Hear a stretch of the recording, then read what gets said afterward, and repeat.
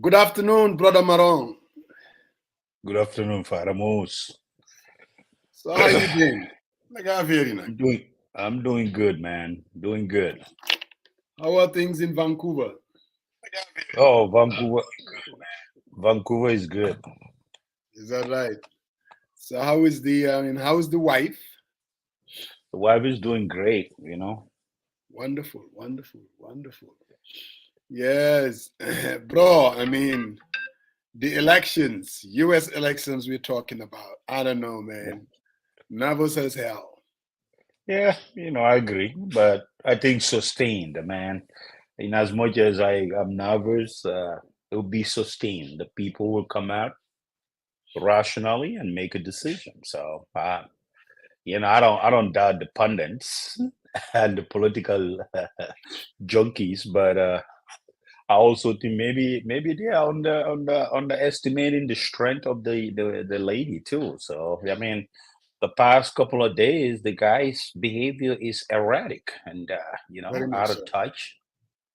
So I'm not sure why would you elect someone like that. And I mean, yeah, even yesterday in Pennsylvania, he was just talking about some animation movie, and he won on and on and on and on. You could not tell, what it was all about. So I believe and in the in the power of the people, and I think at the end of the day, when they go to that the booth, they will make the right decision. The right decision is we go backwards, create chaos and divisions, or we build on the gains that's already built in for the past 4 years. So, and I think folks will make the right call and elect someone who they think has a temperament. If you are watching this, it's never happened in the election of the United States whereby even the military, even though they don't agree with the commander in chief, they stay on the Usually stay out. sideline.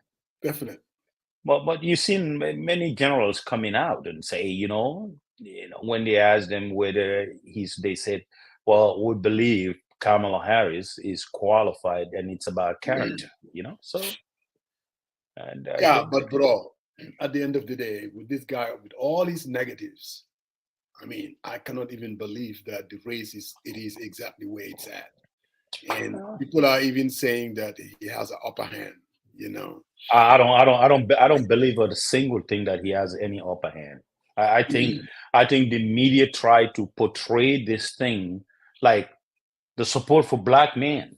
There was a clip, very, very, very educational, Right. and even Roland Martins and the people who are the grassroots, and they do this, they build this narrative. So I think the fundamental question is, what has the man done for the black folks, right? I mean, Not what a what damn what thing. Believe me, I'm with Okay. you. So for some reason, those people are just like, oh, we don't care. We're just gonna support this guy. I mean, I think at the end of the day, I'm telling you right now, and we got about 2 weeks.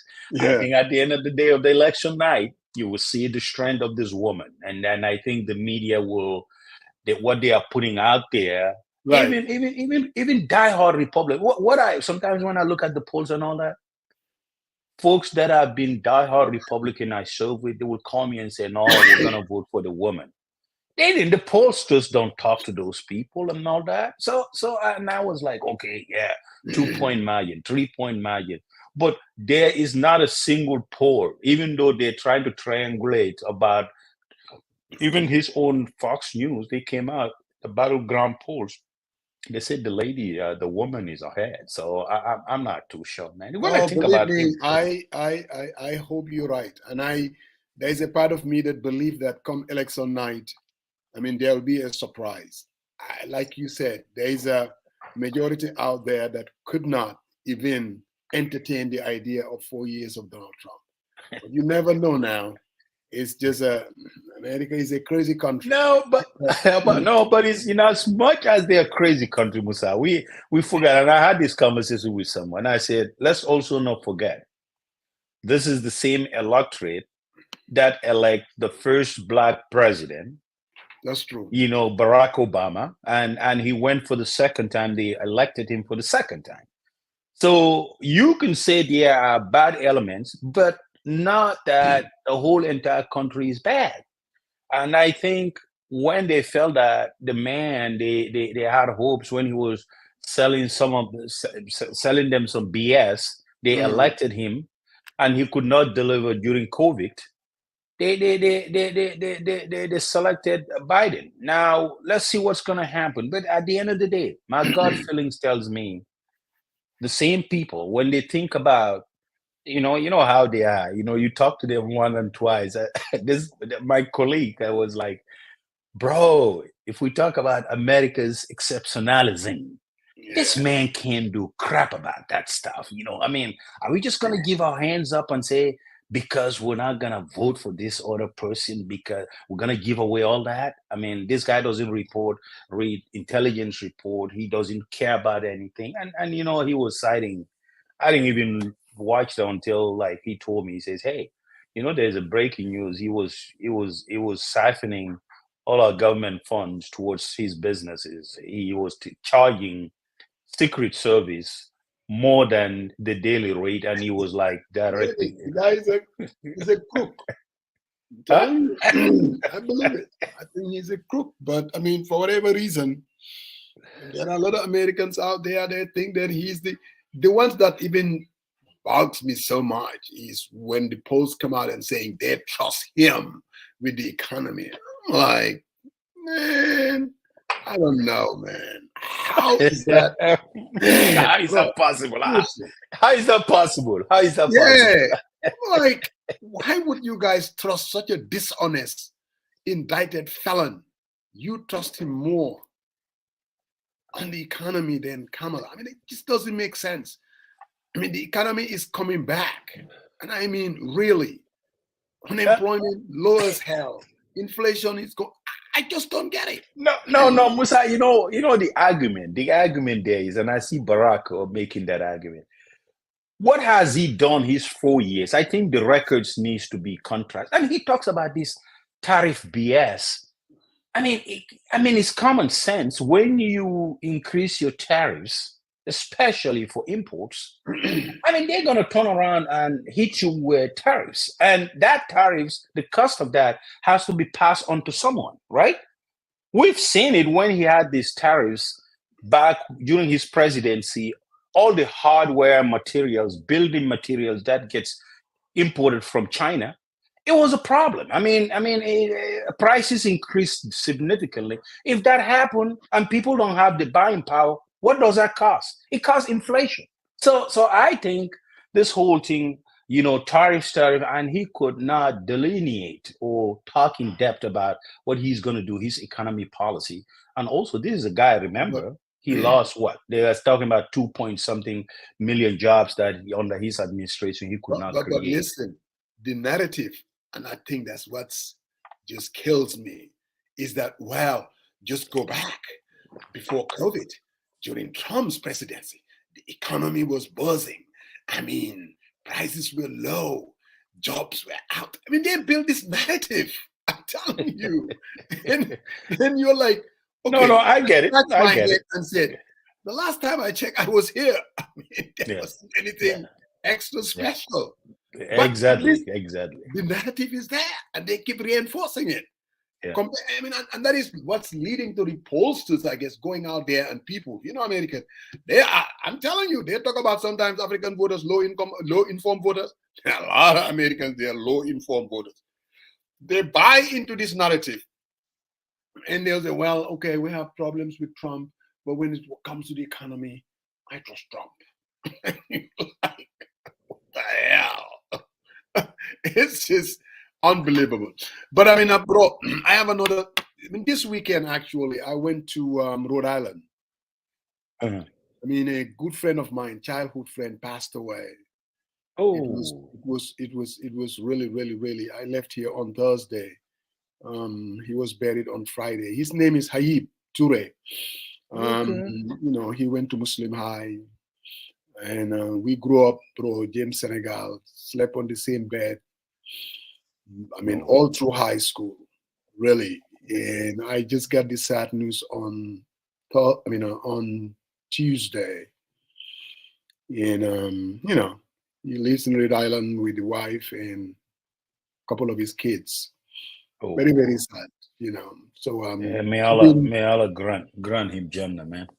Amin ya Rabbi, Amin ya Rabbi. Yeah, because my brother, man, Momodu Bah, commonly known as MH, he's from Sintet, very, very involved with the village development project. In fact, when I was in Gambia in March, I ran through someone who told him that I was around, and he came in and see me, and then we talk. I mean, this is a guy, we have Wow. a very, very close bond, special bond.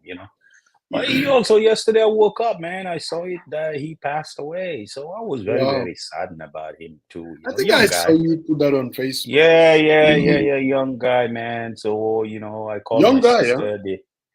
They all went there for the burial and all that. But it was very painful to watch. The guy was full of energy.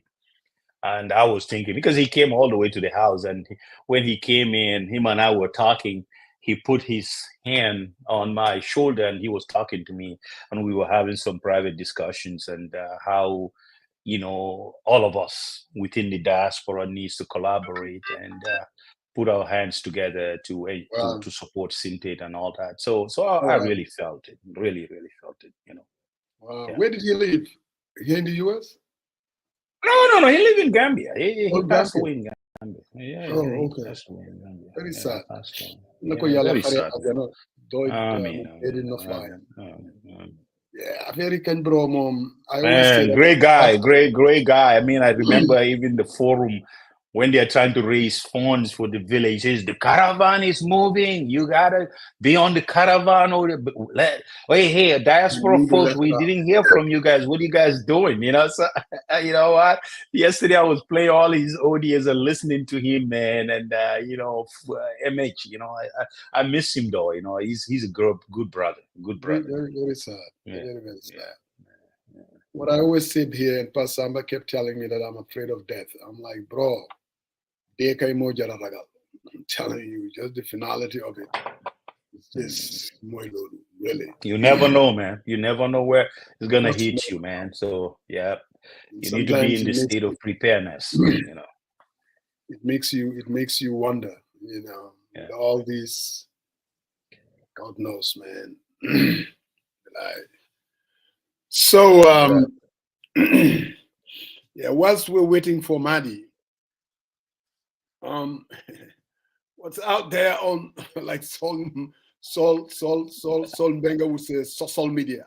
you So know, it looks like IEC, everybody is talking about it. Even though I was definitely in a morning traveling to Rhode Island. Like I said, the death of this guy kind of consumed me. But every now and then I'm on Facebook. I mean, everybody is talking about what happened at the IEC. I'm like, oh my God. It's just one but institution after another. It's yeah, just, before mhm. Musa, you will go into the social media. So yesterday too, I wanted to highlight is one of our sisters. One of our sister by the name of Aissatou Conte. She has a very, very nice salon. Yesterday was the opening. We Yeah, all gathered there to grace the occasion. I mean, really high class salon. So whoever, if you're Gambian, you watch this program. You're in the Metro Portland's, Eugene, Salem. Hey, Isodus place is the place to be. I mean, he has a lounge, has a VIP thing. She gave me some snacks. I was grinding on that. I didn't finish. I'm gonna finish that. But hey, man, I pray that Allah put barakah in her business. And as the saying goes, man, in Mandinka they say "Baribunko mimban sobea obuka simaya." So I told her that. Yeah, but she's a phenomenal lady, and very hardworking. So I know how hard she put efforts into this business. So wish her all the best, man. So if you ever been in Seattle, Portland area, even for a short trip, book it. Okay, Google Aisha B2 Salon, and she's up there, man. Not very far from the freeway. She will hook you up. Yeah. Oh, coach is on the sideline, man. I Americans have know. not I'm both. gonna make he cannot wait to go after the American people. But I have to agree with him because sometimes I watched and listened to some of these folks.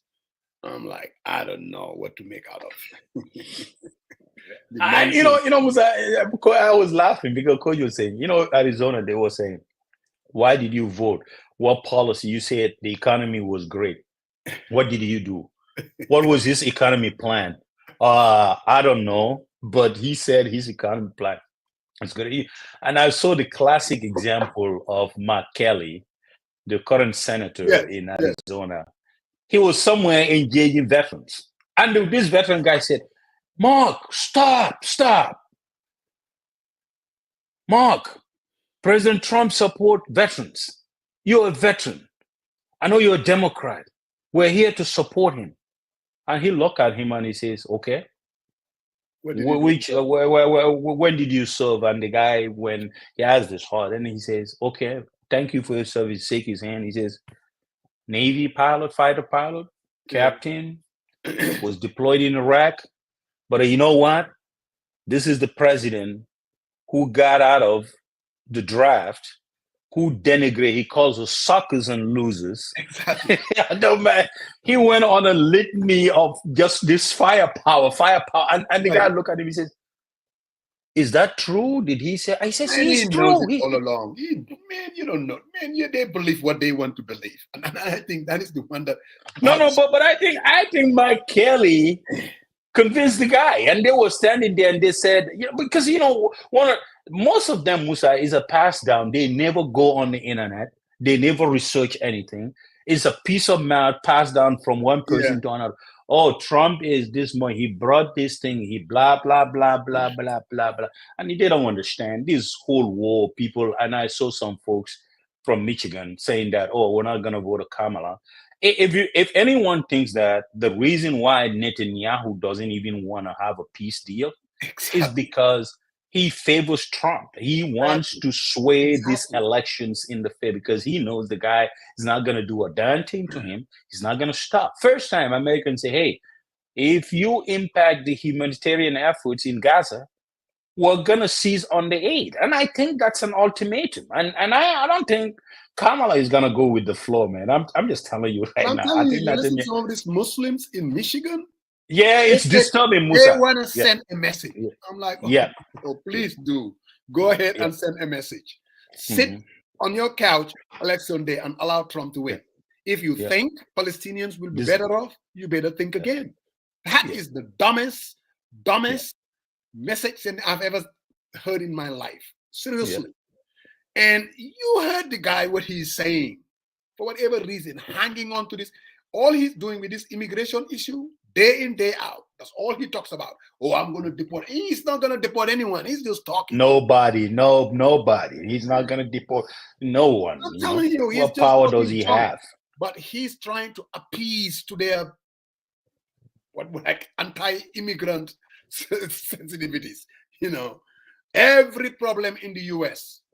is the immigrants. The reason why you only got $750 during these, hurricanes, all the monies were given to the immigrants. It's like the guy. The question at Unison, this Hispanic network, one guy asking that, and he says, "I am concerned. I'm a registered Republican," and and he asked him. He said, "You allege that Asian eat pets and all that." And that concerns me. And he says, well, I was just passing what they say on there. He says, but they debunk that. But the guy said he went in and said, if you have a place, a town of 32,000 or 62,000, there's an influx of people and all that, blah, blah, blah, blah, blah. And he went on there. And I was like, I just turned my TV off. And I said, this guy is I don't know why the networks are doing this, why they didn't come and debunk all these things. I don't understand it because the fact that, even folks in Springfield said, hey, when these migrants came in, they're on a protected status. They had working permits and all that stuff. And this was during George Bush's time. And one of the factory managers say, We don't have work, baby. We were looking for workers. When these folks came in, our productivity was up there, and we love them, and we cherish their efforts. So if someone goes out there and keep lying about these things, I think people need to be very careful. I mean, I had this conversation with some of the guys at the masjid too. I said, if you really think right now is bad, Netanyahu knows how he will play it. Exactly. Yeah. Wait till Yeah. Trump takes over. And Hmm. Mr. Fabakari, look, I do understand. You know, all of us sometimes are equally frustrated when it comes to U.S. policy towards in the Middle East. There's absolutely no doubt about that. But the reality is this: I can tell you for a fact that potentially the people in Gaza would be better off under Kamala Harris. I can bet my life on that. Oh, absolutely. The day that she's Absolutely. announced to be the winner, the politics is going to change. Yep. There would be much more of a possibility of a ceasefire. I mean, this whole talk about the two-state solution, I know we've been saying that for a long time. The Palestinians are better off under her presidency. Under Trump, it's going to be a totally different ballgame. You can bet your bottom dollar. And sometimes you have to vote smart. Elections is all about choices. You have to make a choice, my friend. You know, like, I mean, Biden has always been saying, don't compare me with God Almighty, compare me with the alternative. And that's what I would say, really. Don't, I would seriously, I know that as a Muslim, in looking at what is happening in the Middle East, I would definitely believe that a Kamala presidency would make Palestinians much better than Trump. I know that for a fact. Yeah. But again, every individual they'll have to make their choices. They'll have to make their choices, what they think is good for them. And Yeah. I think what Bakari is the guy, the bar fellow. Bakari, yeah. we've been around. We understand that it's not going to be 100%, but we've seen things that are very disturbing. And we are on the record, both Musa and I think it was a mistake. Biden going out there.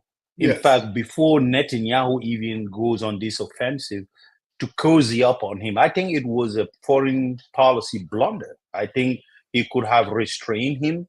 I mean, think about it.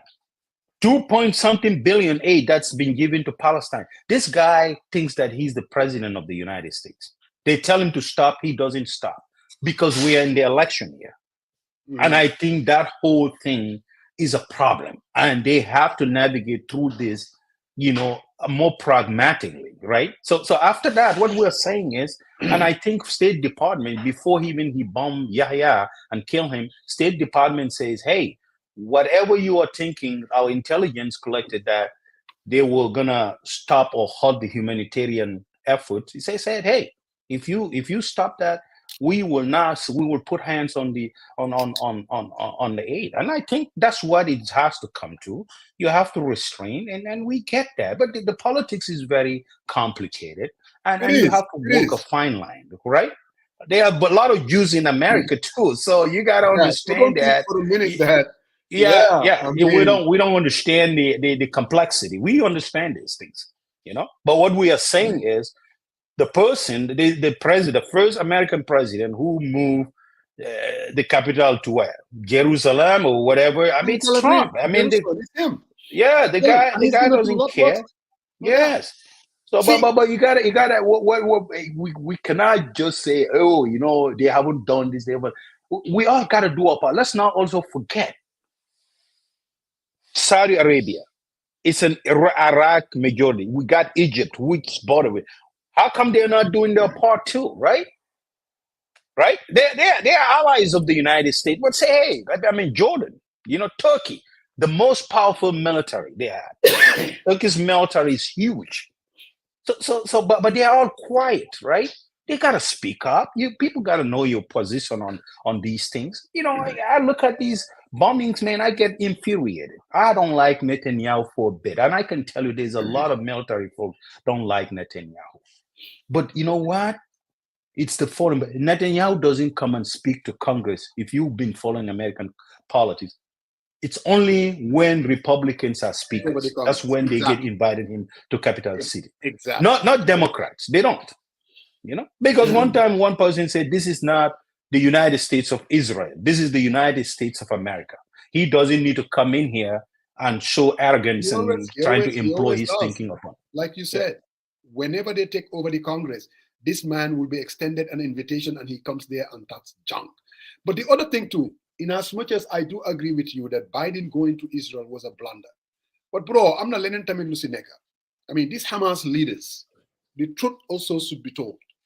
I mean, walking into Israel and really killing innocent people, that is very difficult to kind of just look at and just, I understand. The Palestinians get killed every day. They're oppressed. I get that. But bro, as leaders too, you gotta make calls that would not put your people in danger. Going there and killing innocent citizens, I don't think that can be justified. No, and that makes it very easy, very easy. I mean, that's what moved the needle. Whether it was a Democrat or an independent or a Republican, they were all saying this is horrific. And that did not help. It really did not help. Again, I know when you are under oppress for decades, land taken, annexed, I get all that.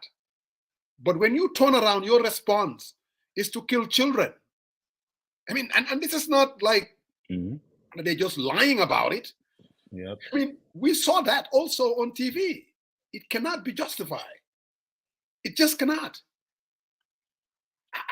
I don't know, really seriously, because all they did was, what Hamas did was hand over Netanyahu the justification to go out there and kill innocent Palestinians.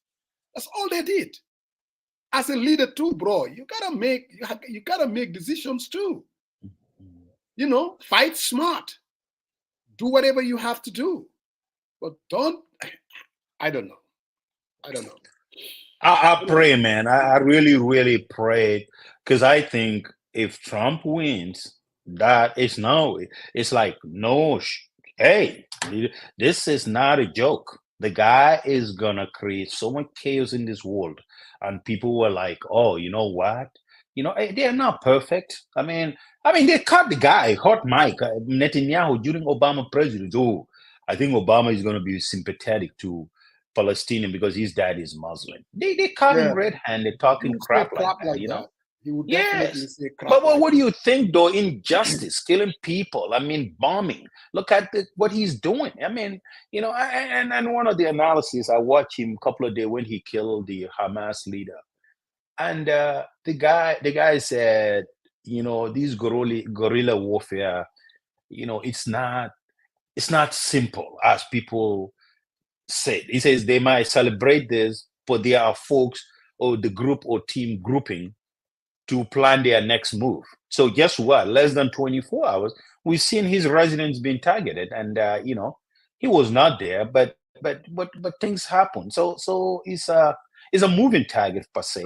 But I think everyone needs to be careful. Don't keep saying, and some other people that we're watching Western media being indoctrinated and no child got killed in. Who's it? Suleiman Ba. Bro, the reality is, seriously, Hamas did also some bad things. Let's be honest about it. Now, I'm not trying to excuse Israel for what they are doing at all. I will never do that. It hurts me. Even when that Nasrallah, the leader of the Hezbollah, was killed, I had this conversation with. I'm mad as hell. Seriously, Palestinians, they've gone through hell. I get that. But what I'm saying is Hamas as an outfit is not helping the Palestinian cause at all. They're not. Seriously, they're absolutely not helping the Palestinian cause. I wish he could talk to actual Palestinians. I mean, who are real Sunni Muslims. They distinguish themselves and they denounce Hamas outright. Brother Khalid will talk about it openly. Had an open discussion about it. He says, I don't subscribe to their ideology whatsoever. So it's complicated. But Madi is here, man.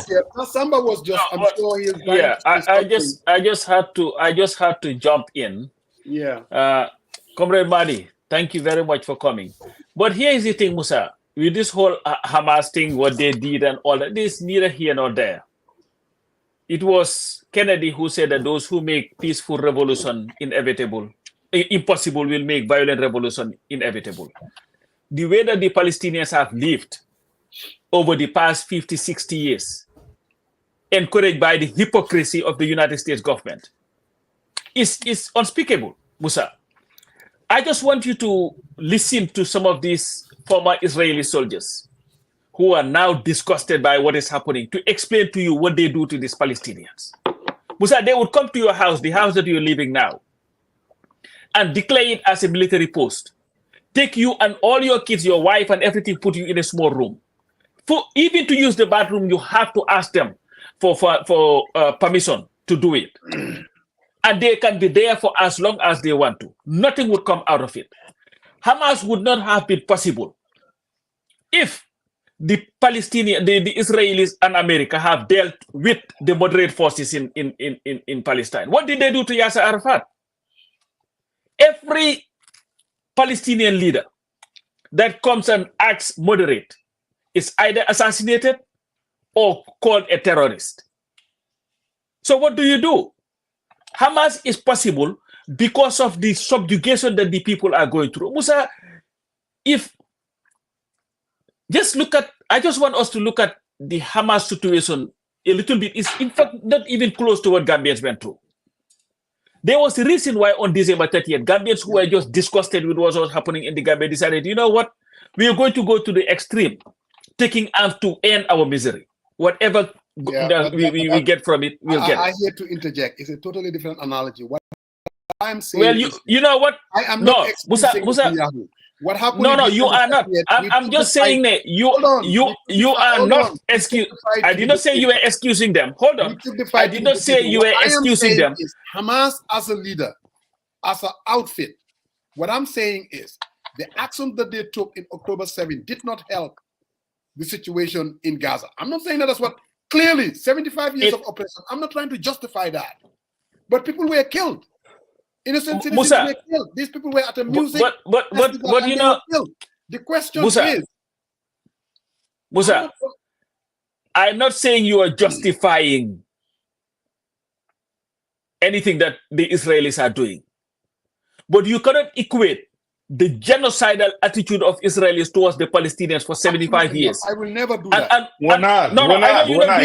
talking in general times. I'm talking in general times. I'm talking in general terms because especially the United States government and their hypocrisy have no problem jumping and talking about, oh, Hamas this, Hamas that, Hamas this, Hamas. But all the other atrocities, they would act like they do not exist or would treat these people with a kid's glove. Oh, no. We want you to have humanitarian aid. If you don't allow it, then we are going to stop the military. They're not going to do that. They're lying. They have not helped the situation.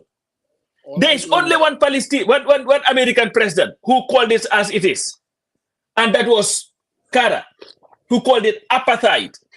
And we know the history of this country with supporting governments that are like Netanyahu. There are a lot of slogans and semantics are totally different, man. I'm telling you right now, you know. He can call it what he wants, man. But when you get the mantle of leadership, it's a total different ball game. But you know what, Sarian? Decency though. I'm just saying, bro, anytime you create an outfit, you're like, I'm representing people. Seriously. Your first obligation is to make sure that you protect women and children. Absolutely no doubt about that. Now, what Hamas is doing, I don't think it helps the Palestinian cause. That's all I'm saying. Gaza has been turned into rubble. A lot of kids have been killed by a killer, a murderer. But this is not the first time that Gaza had been turned into rubble. The Israelis have no problem turning it into rubble. Every time.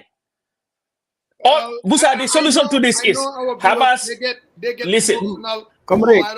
I am not justifying Netanyahu. I hate the guy. I know you are not. No. I know you are not. I know you hate the guy, and I know how angry you get. We've had this conversation whenever these issues happen. But what I'm saying is, Hamas would not be relevant if America and the Israelis had done the right thing by allowing these people to live freely. Absolutely. That's it.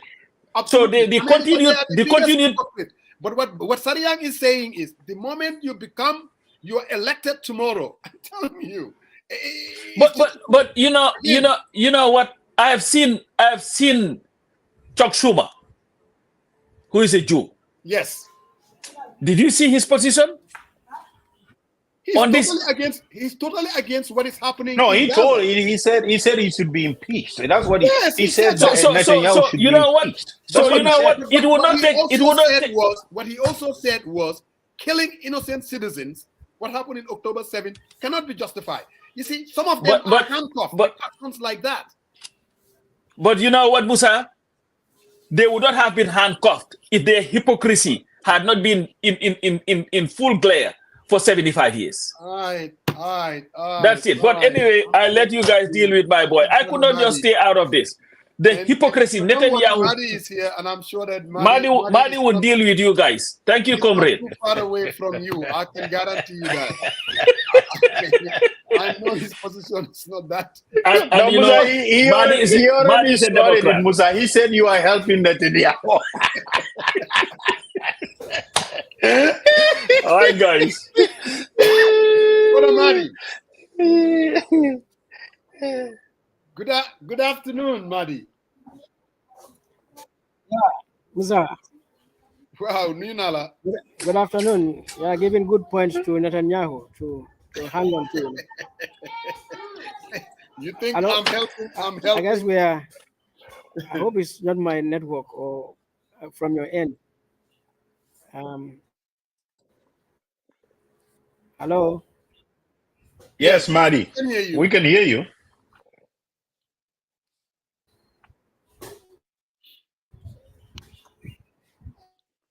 We can hear you. Madi. Most likely it's from your end then, it looks like. Yeah, Madi, we can hear you. Yeah, okay. All right, okay. That's good. Yeah. Good to be here. Good to see you once again. You know. So let's let you dabble a little bit. I mean, about this Israeli-Palestinian mess before we really get into why we invited you. A good conversation. You know. Yeah. Say that again. I said, let's hear you about this Palestinian-Israeli mess. You know, your take on it. Yeah. My take is the situation in Palestine is a continuation of what the world has been witnessing, from Imperial Europe and its allies, its products, the United States particularly, over the past 500 years, where because what is happening in Palestine, I just imagine 1455, or 1807, or 16 at any time, Europeans appeared at the Gambia border, Gambia River, and called themselves explorers, and entered the Gambia and controlled the Gambia until we had to fight for independence. In some instances, like South Africa, they even settled there and claim ownership of it, just as they did in the United States. So for me, what is happening in Palestine is no different. The times may be different. They have come to create, through their legal and institutional systems, like the United Nations, created, the State of Israel in 1948. But you will recall that in 1917, the UK, through what they call the Balfour Declaration, arrogated to themselves power to say to a people that here is land that we give you as your homeland, without regard to the people who already live on that land, that is Palestine. And since then, what the Palestinians call the Nakba, at various stages, to the point that today we have got to what they call October 7, which some people are trying to remove all the context to create it as if it is an isolated event. I don't know whether you know about this American author Tahisi Coates. He just published a book called The Message, and it's about Palestine. And listening to one of his interviews, he made this analogy like, imagine you are a 20-year-old Palestinian boy, and your father is a fisherman, and if he goes a bit far into the sea, he could be shot dead. And your mother is picks olive seeds or fruits, and if she goes a bit far, she could be shot dead by the Israelis. And your sister has asthma or cancer and cannot get the necessary treatment, and so by the time all the necessary paperwork would be done to get her out of Gaza, she would die. So that in that kind of situation, a 20-year-old, at the end of the day, what is the meaning of your life? What would you do, knowing fully well this story is what your father told you, that you see your father live, and your grandfather and your great grandfather since 1948 until now. So what is happening in Palestine, therefore, in another context, it is no different from what America and the West have done over the period. Like when we talk about the Boston Tea Party, what happened? Americans, white Americans fighting their own kith and kin, the British, to gain independence, to go and destroy what the British would call terrorism at the time. What George Washington and his people did was terrorism as far as the British were concerned. But at the same time, even if we look at it from another perspective, um, because I heard you talk about the killing of children, for example. Now, America dropped an atomic bomb on Japan, Yes, all absolutely. right, and which exterminated like hundreds of thousands of people at that time, including women, children, and so on. And until today, like United States is not held to account for that. And it continues to occupy Japan, continues to build nuclear weapons, refusing to abandon nuclear weapons. So, Musa, the way that I see the Palestine issue is from that context that it is a manifestation of injustice in which Western societies continue to, perpetuate hegemony and domination and control over non-white populations and non-Western populations over the past few hundred years. And this culture has not stopped. 1945 just enabled them to legalize that system, so that today, when you look at it, the international system, they control it, they abuse it, and they benefit from it at the detriment of all non-white and non-Western societies.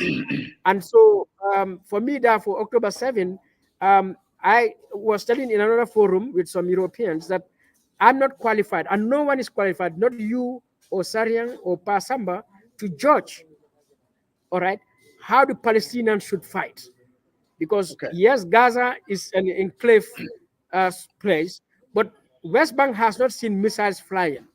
And in West Bank, There's women, still oppression. children, Yes. Palestinians would go with stones, with bare hands to protest. And right now, over 10,000 Palestinians are in Israeli jails. Hundreds have been spotted well before October 7, and during all this time without any missiles flying out of West Bank. So October 7, uh, for me, it is the right of Palestinians to fight this resistance. And if they feel that is the way they need to fight it, I am behind them. I Because I it's respect oppression. everything that you said, and I don't need to be convinced of that. I totally agree. I mean, I've been following these Palestinians for a long time. We all witnessed what happened in the 80s when Ariel Sharon walked into Lebanon, Sabra and Satila, and murdered children. These people have done horrific things. But the reality is this, man. Hamas as an outfit, the Palestinian people too, they want to live life like everybody else. They need an outfit that will represent That's not to, caused by to that's bring. not No, what I'm Hamas problem. saying is what they are doing, it hasn't worked for decades. I understand There's resistance. no alternative. There's no alternative. To kill their children, that's the alternative. That's it. There's no No, no, other way they out. did not go to kill. No, no, that is a misrepresentation. The Palestinians, through their groups, including Hamas, are fighting for liberation, for survival, for independence, for self-determination against I get Israel. that. Those Israeli communities, they support Ariel Sharon, they support Benjamin Netanyahu, they supported Ben Gurion to oppress Palestinian people. That included killing Palestinian children, Palestinian women, and so on. So we cannot sit here to begin to look at the Israeli population and then the Palestinians attack. Yeah, but children are there. No, Palestinian children have been shot dead by Correct. Israeli Absolutely. And snipers, nobody can Israeli justify that. soldiers. All right. Yeah. So the point is really the oppression has to end, the occupation has to end. And so for me, But how do you much end as it? I How do may you feel, I end it, feel though? sorry. How do you end it? What I'm saying is, how do you end it? The way they approach, Well, the way for the Hamas, Palestinians, what Hamas is yeah, doing, but I for the don't think they, Palestinians, no. For you and me to end it, for you and me, is to be unequivocal that um, our focus is on Israel, because Israel's knee is on the neck of the Palestinians. So, however way Palestinians are struggling to lift that knee, it's not for us to discuss that, to determine that. We got to look at Israel and tell them to lift their knee. For the Palestinians, it is to fight by any means necessary. And for the rest of the world, especially United Nations, United States, UK, and EU, to make sure they correct the anomaly they have created since 1917, further entrenched in 1948, and since then every year supporting a genocidal regime in Israel. And that is what you and I need to tell the West in particular, the United Nations, and the rest of the world. But we cannot sit here, anyone, they are a bunch of to sit hypocrites. and try to figure out the actions of the Palestinians in responding to the occupation. Well, anyway, we brought here to talk about human rights. Yes, this is human rights too, Yeah, it is. It is. And Mr. Coker, Sometimes I we think pick you've up arms to answered your defend own human rights, question. South Africa, Yes. if they were to just depend on the armed struggle or they had outfits like Hamas, I can guarantee you we wouldn't be looking at it. In Sizwe, Mandela and his people created Inkonto Sizwe in 1962, and we are taking up arms because it came to dawn on them at one point that it is necessary to engage in armed struggle. But what finally And brought the United States declared they decided Mandela to and the explore. ANC as Go ahead. no, Sorry. no. I mean, the Hamas. No. Look, let us be fair. Let us be fair. If you don't know, you may not know. But Hamas has been in the forefront in seeking peaceful solutions. Even this Sinwar you are talking about has sought peaceful means. It is Israel that has always refused peaceful means. But Palestinians, Hamas, Fatah, PLO, Yasser Arafat, all the way to Sinwar, they have sought peaceful means vigorously. I don't know about Please Hamas. go I and know read the that history Yasser properly. Arafat. Go and read the history properly. No, all of them until Sinwar. Go and do your research from today on the the ideas, the opinions. I mean the initiatives undertaken by Sinwar. He is not someone, because Sinwar understands that Israel, they cannot stand Israel, because he himself said it, that they had no choice to use what they have, and they know that is not a match to Israel, because Israel has precision weapons. Israel has state-of-art weapons. They are very much conscious of that. Very, very conscious of that. But they also have no choice. But he had sought peaceful means. Trust me. Go and do your research, and you'll be surprised to find out that where these My guys final stood. say is I'm tired of seeing Palestinians getting killed. Seriously, I'm really sick of it. Yeah, And there has to be another way of bringing an end to the madness. It has to be, really. Yeah. Brother Sarian. Yeah. If the world I have had nothing to taken add on the that, same man. step against Israel as they had taken against South Africa, you would have ended this. Because remember, South Africa was removed from the UN, from even FIFA.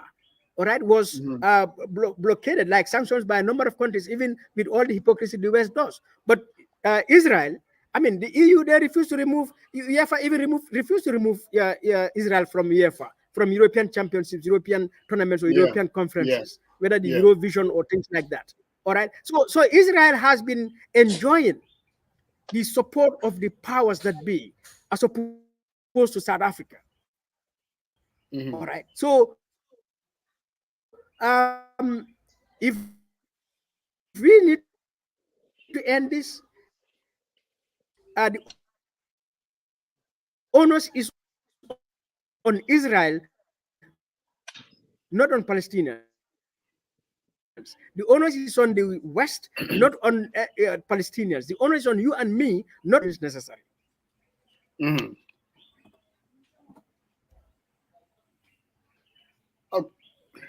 Okay. So, Madi, can you hear me? Did he, did he freeze? Madi, you there? Yeah, I can hear you. Can you hear me now? Yeah.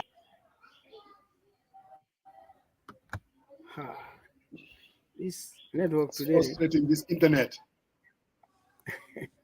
So can you hear us, Madi? I can. Oh, you can hear me, huh? Yeah, I can hear you. I can hear you. Can you hear Oh, me? okay, wonderful, wonderful. So, Madi, I mean, congratulations for the launching of the EF Small Human Rights Organization, right? Am I having it right? What's the right Well, acronym? okay. The right name will be Edward Francis Small Center for Rights and Justice. EF Small Rights For Center center for and Rights justice. Center for Rights and Justice. So, Madi, Yes. there is no doubt most people will agree with you for launching something like this, because such an Thank you. organization is needed as a watchdog for what I would call our evolving democracy. You may differ a little bit, but we need it at this juncture. But my question is, why now? And also, what is the thinking behind? And I think I heard you mention it, but there are viewers out there that may haven't heard you talk about EF Small. Why now for launching this organization, and why the name EF Small, Brother Madi? Okay. Um. Why now? I guess because it's happening now. Nothing special. Maybe it's also because of my trajectory. Um, but yes, it's formed because I have come to realize after so many years in policy and development work in the Gambia, spanning 30 years at least, in various capacities, fields, and so on. I've come to realize that there is a missing link in our governance and development process, for which, since independence, we are unable to achieve the ideals of independence, the objectives of independence, and the objectives of our constitution, which is to ensure that Gambians enjoy freedom and justice and prosperity, in peace and security and stability and in dignity. All those things put together. That is why we gain independence. So that when I look at the situation on the ground, what you see is widespread poverty, deprivation, and all the ills you can imagine, high cost of living, seeing Gambians,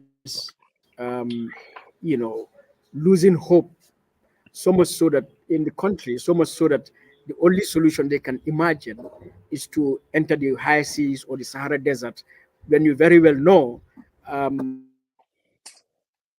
this is little chance for you to succeed to cross that Atlantic Ocean or the Mediterranean or the Sahara Desert. And not just say our youths or illiterate Gambians or so, but even those well-educated Gambians all want to seek jobs outside of the country, outside of the country, this country. Of course, when you look at the whole landscape, you realize the state of our government, the inefficiency, the incompetence, the corruption, and the arrogance that public institutions, public officials particularly, respond to Gambians and to the needs of Gambians.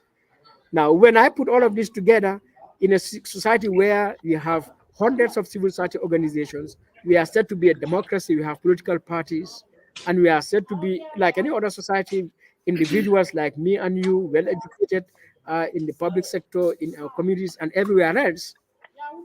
All right. And then we have this kind of situation. It tells me what is missing really is the fact that in our society there is little to no accountability. All right, there's no accountability, particularly for public institutions, for public officials, so that they perform, understand that they get to perform their functions as according to the law, according to the terms of reference, that they have a duty, an obligation to protect the rights of Gambians to deliver quality goods and services to our people. Until today, basic services such as electricity, water supply, healthcare, education, roads, and so on are in shambles. So when I look at all of this, as I said, I came to the conclusion what is lacking is a strong culture of accountability.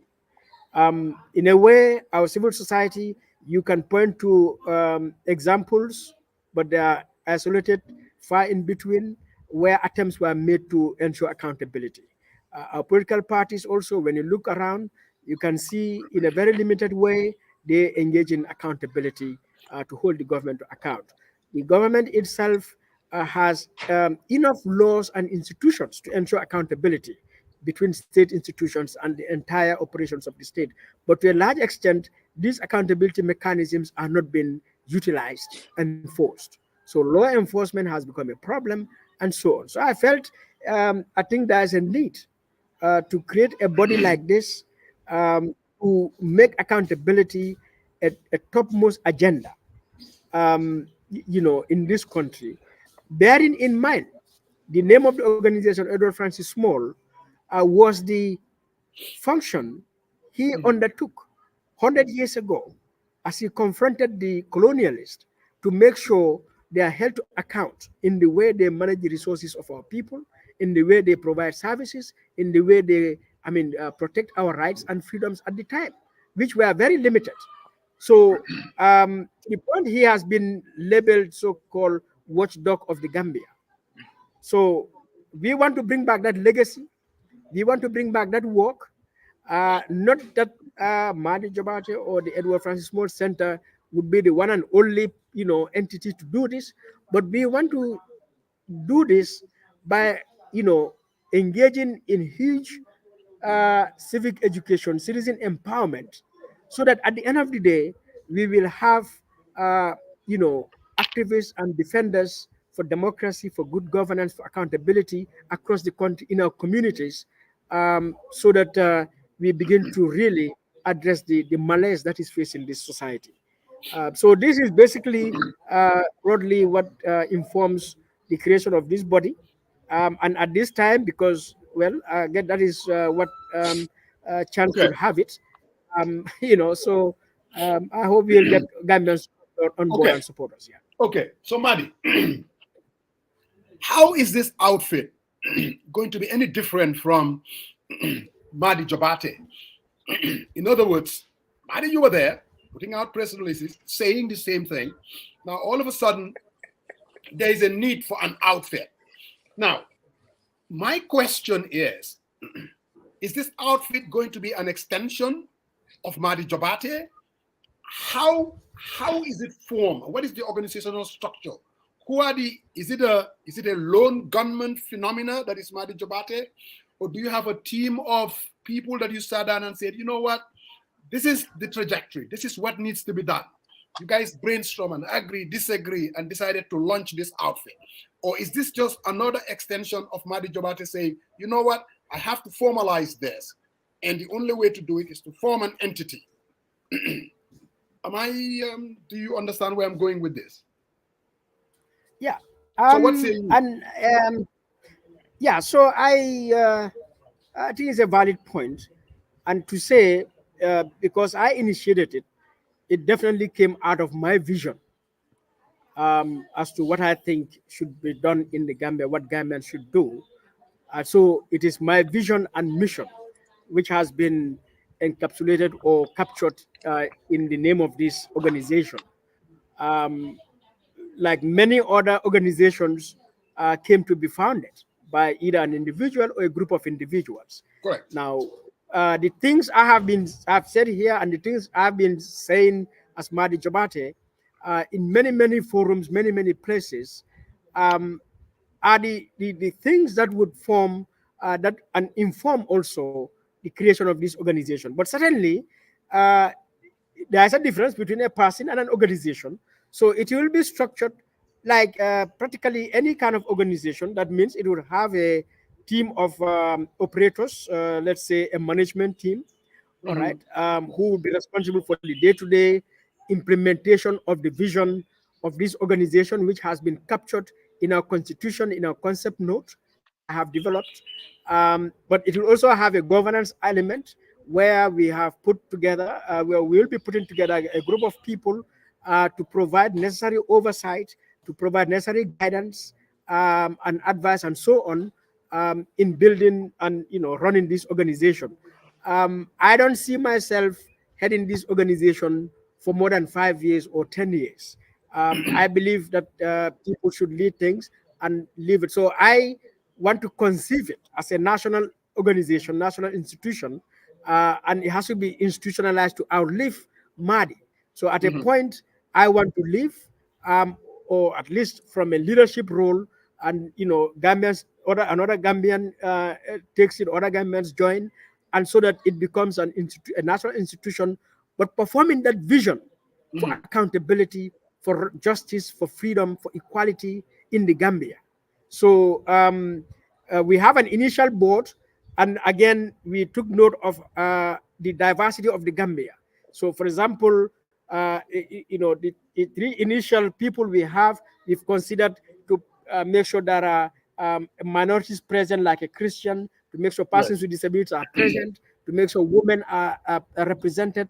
All right, with all the competence that are required to be in the board to provide something, so that it's not just to put a name there and you sit there, but someone who would provide guidance, someone who would be critical, someone who would uphold values and principles to make sure the organization has abides by transparency and accountability and good governance, which we are calling for. So we are going to subject ourselves. All right, I'll make sure this organization is subjected to that scrutiny to make sure it upholds the values that we proclaim. Thank you very much. So yeah. Yeah, thank you, Maddie, and congratulations. I think my question is, considering the current political climate, and obviously your organization will be an instrument to harness some of the challenges we currently face.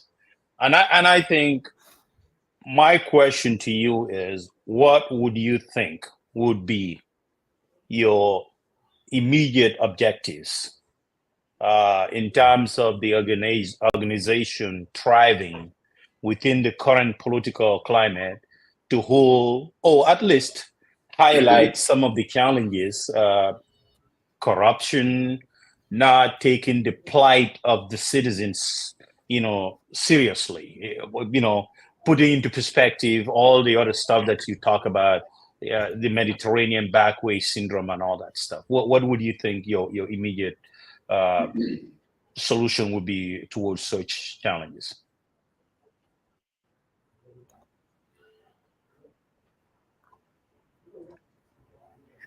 A pretty difficult loaded question. Immediately, I think what we want to do is to, um, you know, um, how do I say this? Make accountability make public institutions, and I would say the rest of citizens, um, realize accountability matters. All right.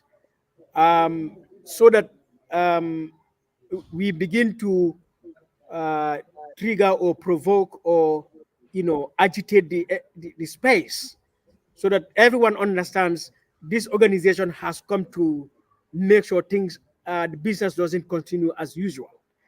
So that one of the first steps, in fact, the first step we've taken since we launched it last week, the following week, we submitted, uh, acting on the Access to Information Act 2021, request to 6 organizations requesting information to be delivered to us as a mark of accountability. And we started with the Office of the President, to the ministries, to the departments, and to the agencies. So that we want to create that impact. We want to, create that vibration for people to understand that effectively we have come on the offensive. And so that in terms of accountability, we at this moment understand that there are a lot of low cost or no cost interventions we can do to raise the cry of accountability, and that is what we have done. And so we have submitted these things to a number of organizations and then copied to the Information Commission. And next week we are going to follow up according to the law to make sure they respond to us, bearing in mind that we have the option to go to court if they don't. So that even if we can't go to court, it will only be because of limitation of resources. But if we have the resources, we would be bombarding the courts with a number of lawsuits to hold public institutions, public officials accountable, because that is the long and short of this organization. It is accountability from day one to day 100. It is accountability from A to Z. It is accountability every day to make sure public institutions, public officials abide by the rule of law. They perform their functions according to the law, and they protect rights. And right now, as far as we know, Gambian institutions, public institutions, to a large part, don't abide by the rule of law in many, many ways. They don't perform their functions to provide quality services to Gambians, and they abuse the rights of Gambians as a result. And this is what we want to make immediate stop to through our accountability intervention. So this is immediately what we want to do. The rest of it, unless you want to ask again, but I just want to go further to just lay out our program. If that's okay with you. Absolutely. All right. So we have a whole theory of change that we have developed, and this theory of change is imagined from our analysis of the problem of the Gambia. That is the weak governance characterized by a low level of transparency and accountability, weak enforcement of laws, inefficient delivery of services. Also, the problem of the country is low levels of civic awareness, low levels of popular participation, so that accountability mechanisms, processes are not being utilized. All right. Um, Based on this theory of change, we have developed a 5-point program. So our program are situated on these 5 pillars, which are situated on human rights standards, principles, and standards. One is freedom, 2 is equality, 3 is empowerment, 4 is transparency, and 5 is accountability. So for each of these, we have set objectives as to what we want to achieve as far as freedom is concerned. That no one is denied fundamental rights and freedoms, but that everyone enjoys freedom without fear of reprisals in any form. So we want to create a society in this country where people enjoy their freedoms unfettered, without fear. And we want to create, in terms of our accountability, equality pillar, that no one is excluded from participation or opportunities and services on accounts of one's sex, ethnicity, religion, disability, or any status, but that everyone is able to actively, fully participate in the affairs of the nation, in the management of public resources, public affairs. So that is our equality pillar. In our accountability, empowerment pillar, we want to make sure that uh, you know no one is unaware of his or her rights and duties, but that everyone is well informed and well empowered to become an agency for change. So we want to empower our citizens to realize that you have the power, you are an agent of change yourself. All right. Now we come to our transparency pillar. We are looking at the objective there is that no one is denied access to information, that there is open governance with citizens able to access and understand laws, processes, institutions, decisions, and services. So we want to make sure we have an open Gambia, right? And then finally, we have our accountability pillar, which is to ensure that there is no abuse of power and impunity, all right, within the state and society, that institutions and officials adhere to the rule of law and take responsibility for their decisions and actions. Now, these are things, are the five pillars of EF Small Center for Rights and Justice, which we will develop into a strategic plan to look at in under all of these pillars. A whole set of activities would have to be undertaken, all right, and so on. So that at the end of the day, we want to create a free Gambia. We want to create empowered citizenry. We want to create an equal society. We want to make sure there's transparency and that there's So, accountability, so that human rights will be respected in the Gambia. Sustainable development will be achieved in the Gambia. Good governance will be achieved in the Gambia. So this is what our focus is.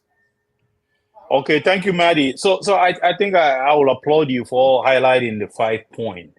But I think my question to you is it's a very, very ambitious agenda. And how do you intend to pursue this? Because the key stakeholders in this whole realm of your 5 point agenda is the government. I wanted to know how your organization will get them involved.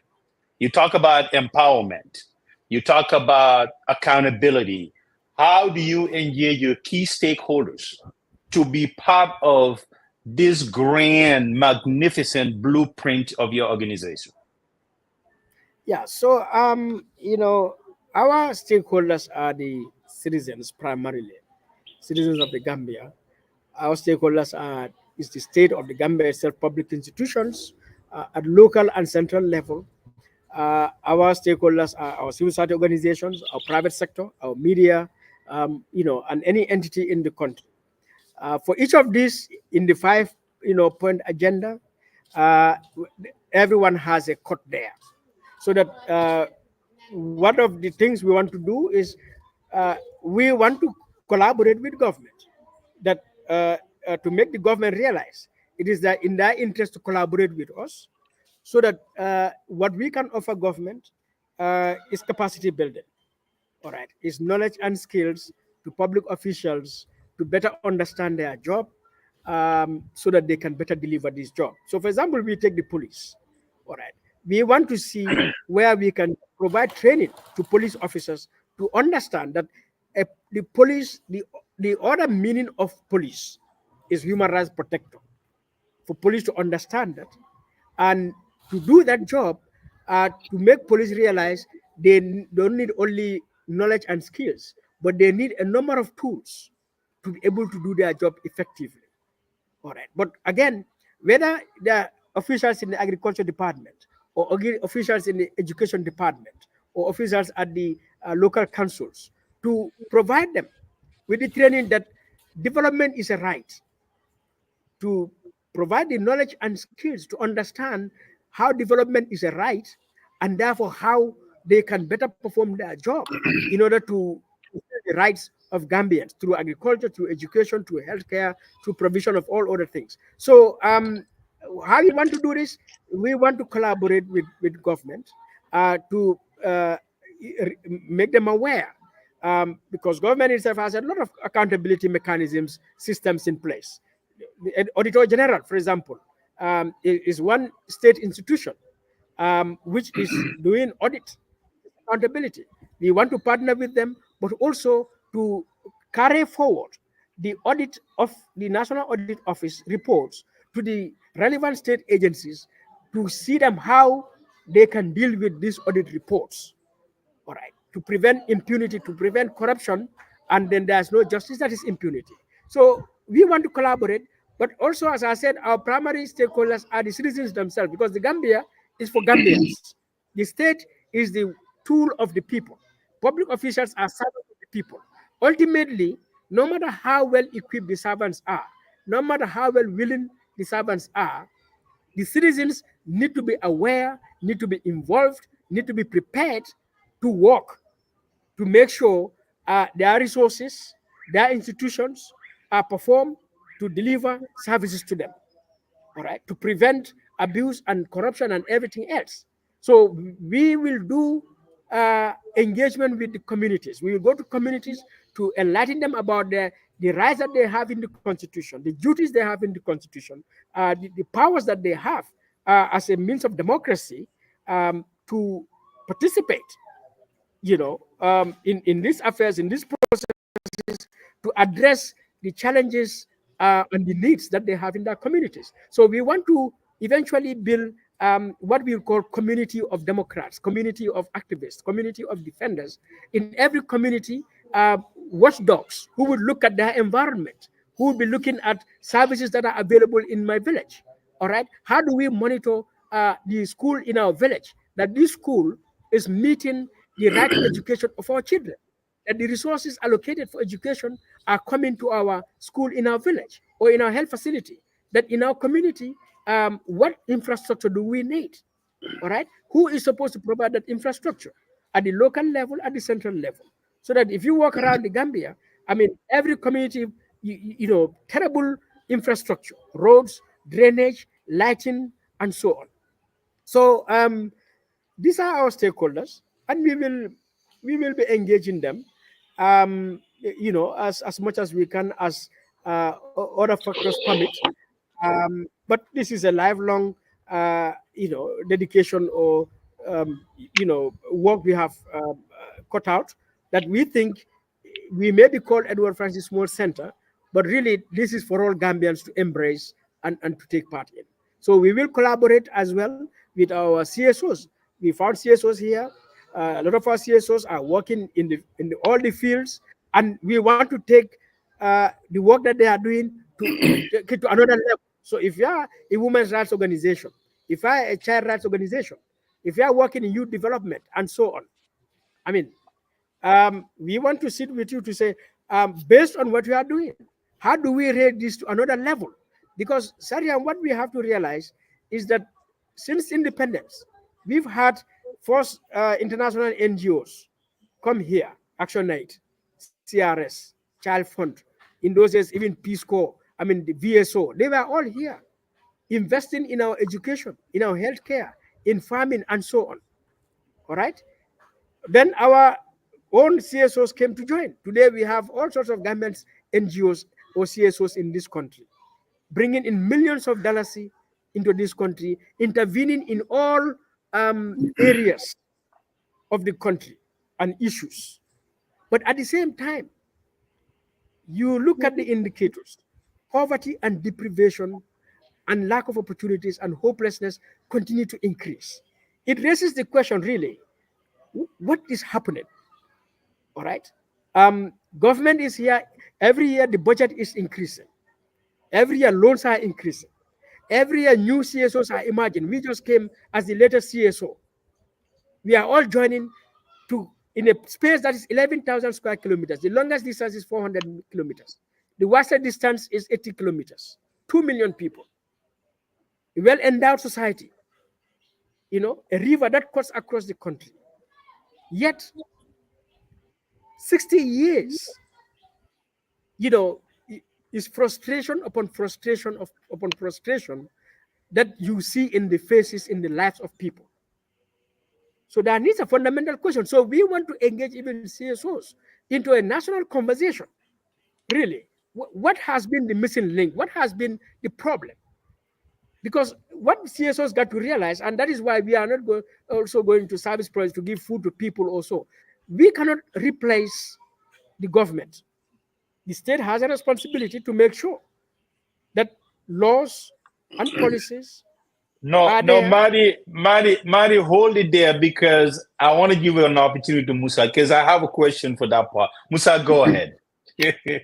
So, Brother Madi, Sariang, I think I'm going to follow up with the question that he asked. He kind of stole my thunder, but I'm going to rephrase it a little bit differently.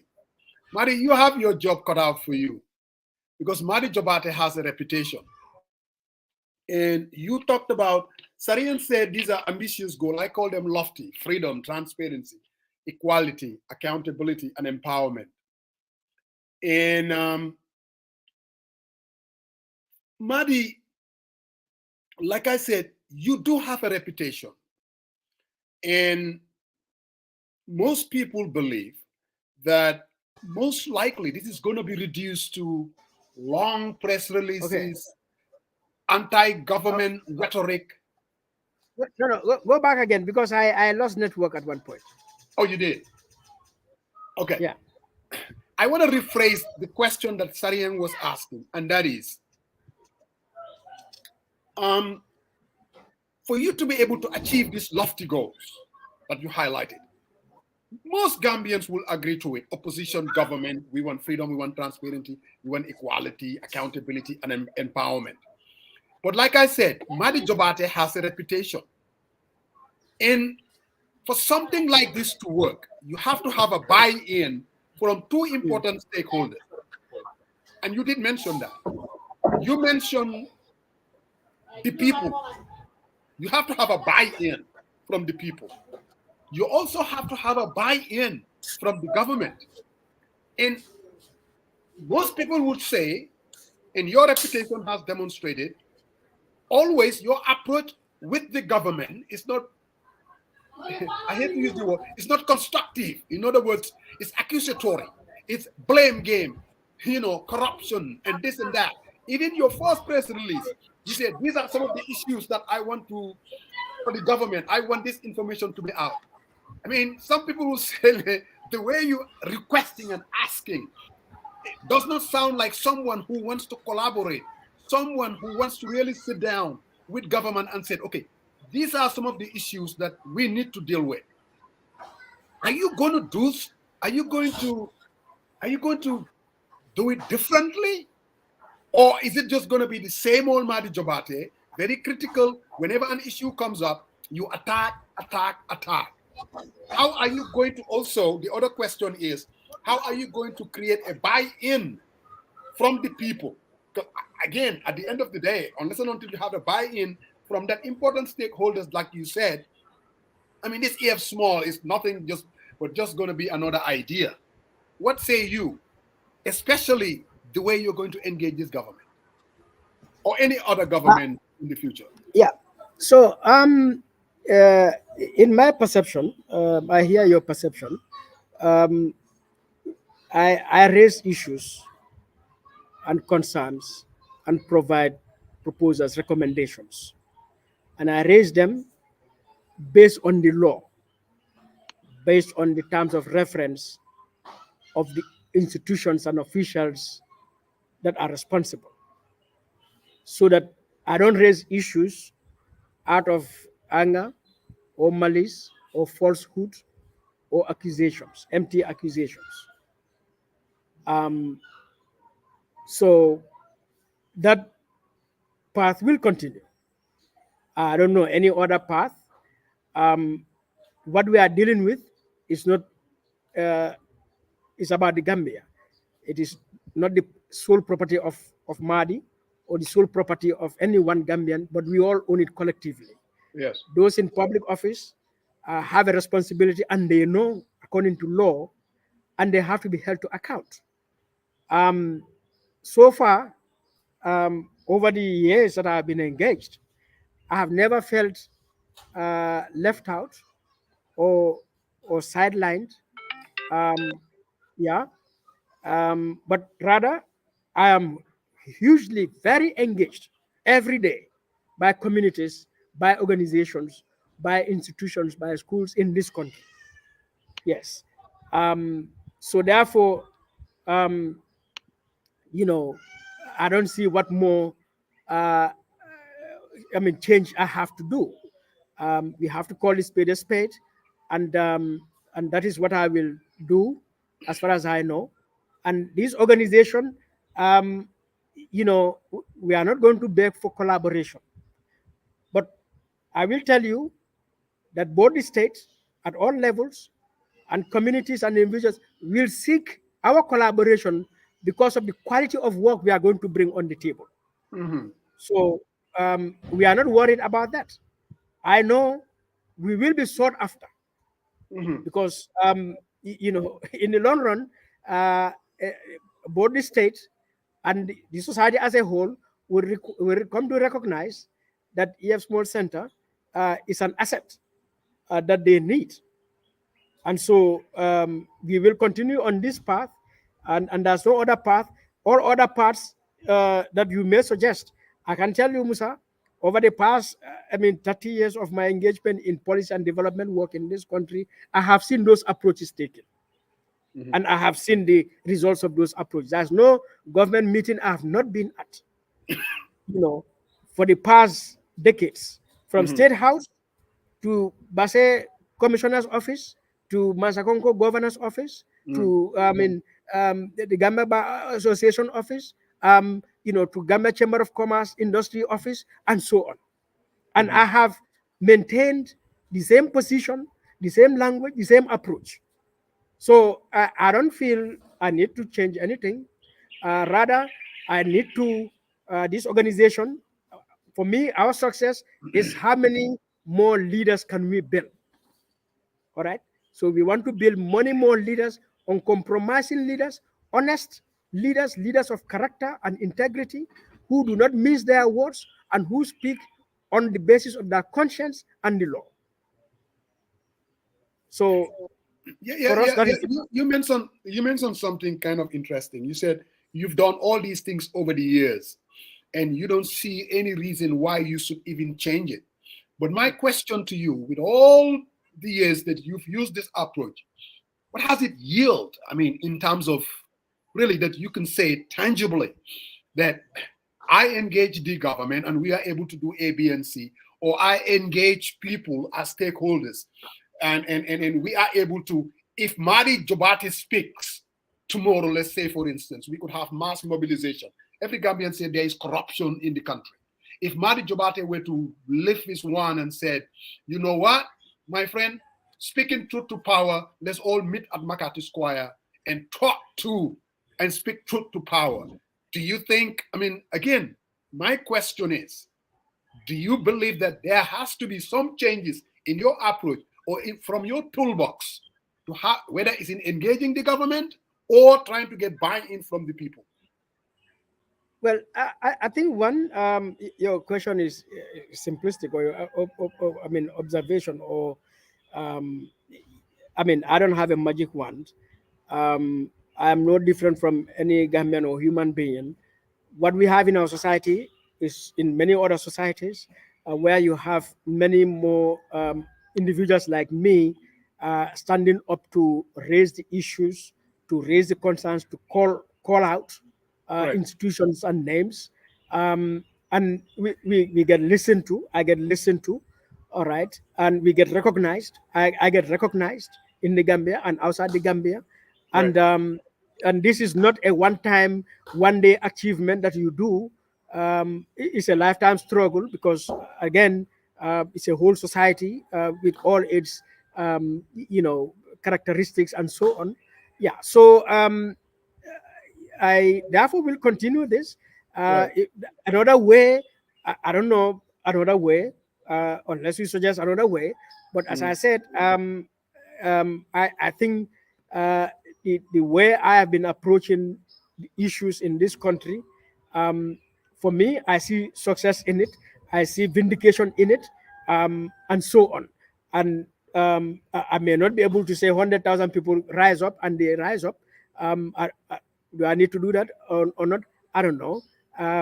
But what I know is I have been a solid voice, a very critical, relevant voice, and I have not seen any situation that has made my voice or my role or my approach irrelevant or to the periphery. across the board, whether it's the government, political parties, civil society, and the Gambian society as a whole. My second question, Madi. Most people would say, I mean, in the absence of the good old dollar, I mean, everything comes down to funding. Most people would say, in the absence of that, his other effort is only going to be reduced to press releases. You know, every Monday there will be another press release. And you know, Madi and his press releases, sometimes you're talking about a society that are addicted to Cliff Notes and TikTok. And now here you are with lengthy press releases. And people just kind of gloss over it. So do you have any, how important obviously is funding to this effort, you think? Yeah, so let's say resources. We need resources. Resources, okay. I'm a resource myself. Other individuals would come there or resources. So resources are not only money. All right, but certainly money is critical because it can facilitate a lot of things. So we will seek for resources, and we have said it in the initial press statement that we will look for funding that will not undermine our independence, our integrity, that will not control us to prevent us doing our work. So locally and internationally, we will seek resources, but above all, we want to get to a point where we tell Gambians, if you believe in Edward Francis Small Center, if you believe in our work, here is a basket. Put your $5, put your $10. All right. Come, give your, water bottles, give your, a label, give your sweat, give your time. All right. So we move on. So we want to go to communities without having lunch, and the people bring their lunches together. We have a meeting, we have a training, we have a discussion. All right, for which what I know, my knowledge, my skills in training, others that will be with me, and so on. What they know is the resource that they're going to utilize. All right, our time to be in that community is the resource we are going to utilize. So we are not, I don't know, really challenged with this issue of resources. All right. That is not to say it is not important. It's very important, but we are just saying we don't need to make millions to do this work. All right. We can do this work, and we want to do this work in a way that it is, really to empower Gambians so that they will do their own work without us. Because what we need to do, go to a community, make them realize what is freedom, what is equality, what is empowerment, what is transparency, what is accountability, what are the tools, the techniques of promoting, protecting these things, ensuring these things, so that at the end of the day we live and the communities themselves make sure in their own interests realize that this is something we need to utilize and embrace, and they do so, and we are successful, we are done. So that's how I see it.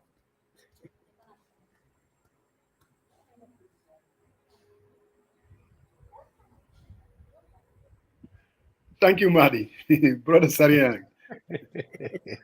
Madi, thank you very much. Thank you very much. And I think Musa hits on something that I like to follow up on, that the buy-in. You have a concept, and in that concept of a project rollout, but you also have key deliverables. The key deliverables you talk about, the 5 points. But Madi, I wanted to make sure I hear your take on this. You talk about collaboration. What does that mean to you? Collaborating with key stakeholders, and you mentioned about citizens. Yes, definitely. I think the end product means to enlighten and inform citizens and empower them. That is the goal here. That is sort of the product of your project. Now, the key stakeholders are very important. They need your cooperation, because at the end of the day, when you go out there, you deliver your petition or whatever request you're getting, you want them to be cooperative and be able to provide you that information that harnessed your goal, or at least what your entity is about. But what I'm asking is, how is that going to be different? Your current approach, right? So Musa Jan always tease on you guys, activists on steroid. Are we going to get a more scale back, a more collaborative approach, bringing folks in and helping you deliver your end goal? I think that's my first question. I think we are being we are gingering up our brain, exaggerating probably things. Saria, this is not record science. This is nothing complex. You see, as collaboration, when we say collaboration, we are not giving a favor to government, for example, or to communities, and they are not giving us a favor. In fact, by law, government has an obligation to collaborate with us, like with any other civil society organization, with any other entity, because we are dealing with public resources. So we can write to the IG, for example, to say we want to have a meeting with you, and the IG, within the framework of the constitution and the setup of the police as an institution, is required to collaborate with us to say, look, yes, we can discuss. It is in its interest to hear anyone who wants to come and discuss pertinent issues.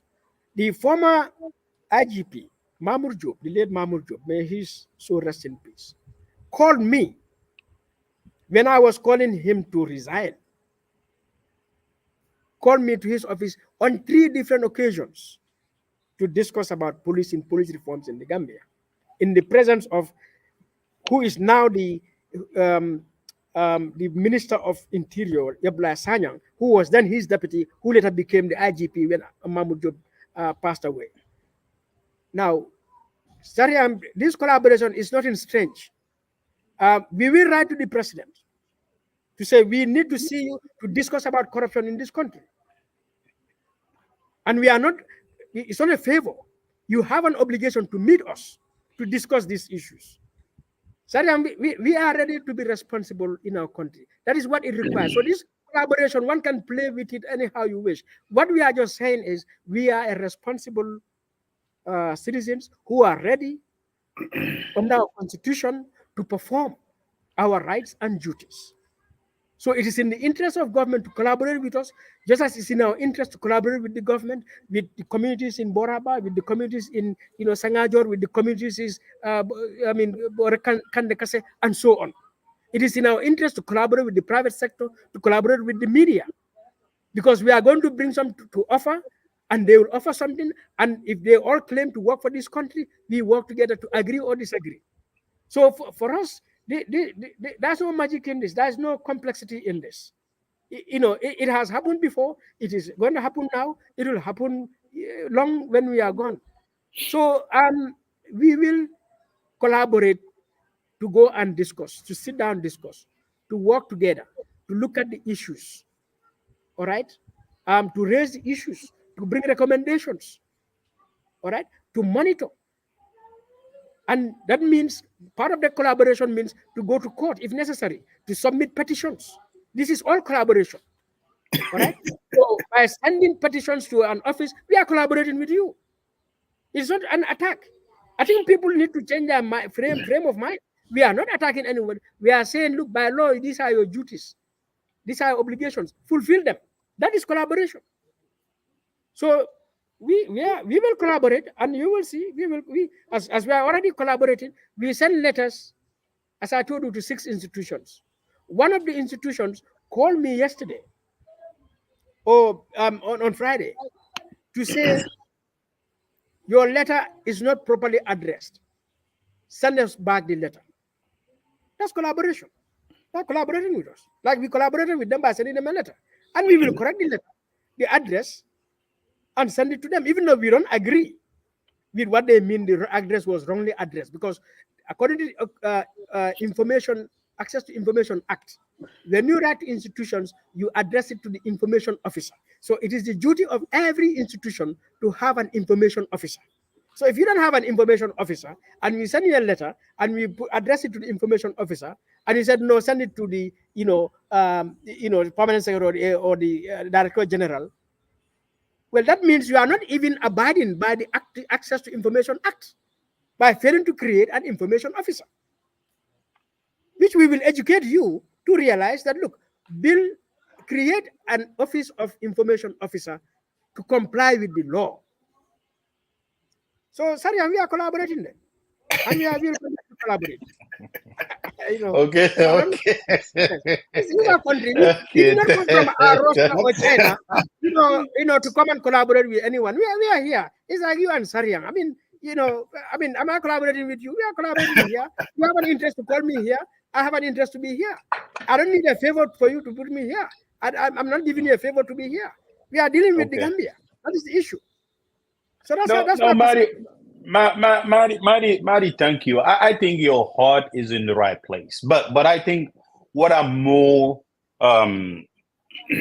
consider, you're on the ground, you understand the political dynamic than anyone else. What I was looking at, the approach, right? Sort of a buy-in, right? And I think you answered that in your first segment, whereby you said we're gonna conduct training sessions, right? Because I think if you lay out a clear and concise agenda, whereby folks have a buy-in, you educate them. Say, for instance, accountability. What is the concept of accountability in the government? Say corruption. If we fight corruption, things that we felt there are gaps, if we close those, what is going to benefit? Because folks, you will realize that they will realize that it benefits us. Because, for instance, the police officers, if we have a robust collection method, especially immigration, we build this capacity, but at the end of the day, you guys can get a pay raise out of this. And I think you are enforcing, but you are educating. I think what I wanted to hear is, yes, I understand the concept of collaboration, but Maddie, collaboration is not an easy task in the Gambia currently, right? And you have to have a relationship. And I think I was looking at what is going to be a relations building capacity. And you talk about resources. Is your organization lacking human resources or financial resources? And I think these are all things that we wanted to know and capture in your answer. And I think you have the floor. That's my question. Yeah, so Sariang, certainly we are like 2 weeks old now, or maybe not up to 3 weeks. All right, and so we don't have, those dollars. We don't have all those team, and which need to be built, and which we will build like any other organization that has been set newly to build these things. So I think also probably you and me and Musa and everyone got to be more realistic, lower expectations, and be more, realistic. That yes, this has started, and this is what we are going to do. Now you talked about collaboration, training, and stuff. Police, the benefits of. And I was just saying to myself, well, Sariang, there it is. We will bring you into one of our trainings to lead, facilitate a session. Because we will depend on Gambians who we feel have the knowledge and the skills to come and do this work with us.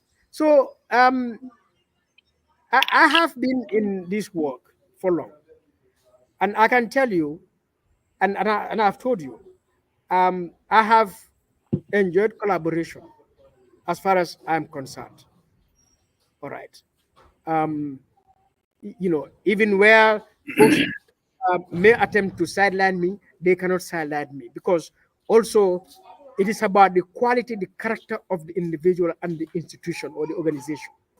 When you cultivate a certain quality, you cannot be rejected, you cannot be dismissed, and we will make sure that EF Small Center stands out as an institution, as an organization of high value, that no one dares sideline them. And myself, I don't want to go personally, all of my track record, but I have enjoyed collaboration. I have conducted trainings for from the highest level to the lowest level across this country over the years. And the same Madi, as far as I know, where I stand today is where I stood yesterday, and that is where I will stand tomorrow. So we are not going to build, and maybe that is the difference probably we need to talk about. We are not intending to build a typical Gambian organization or institution. No, no, no, no. Yes, we are not looking at that. We are looking at building a very high value, professional organization. All right, that is not here perambulating, but that is speaking on the basis of evidence, on the basis of law, on the basis of facts. So maybe that is what I need to say at the first instance. We are not intending to build just any other organization, and I know that better because already, as I told you, I have been in the civil society for so long.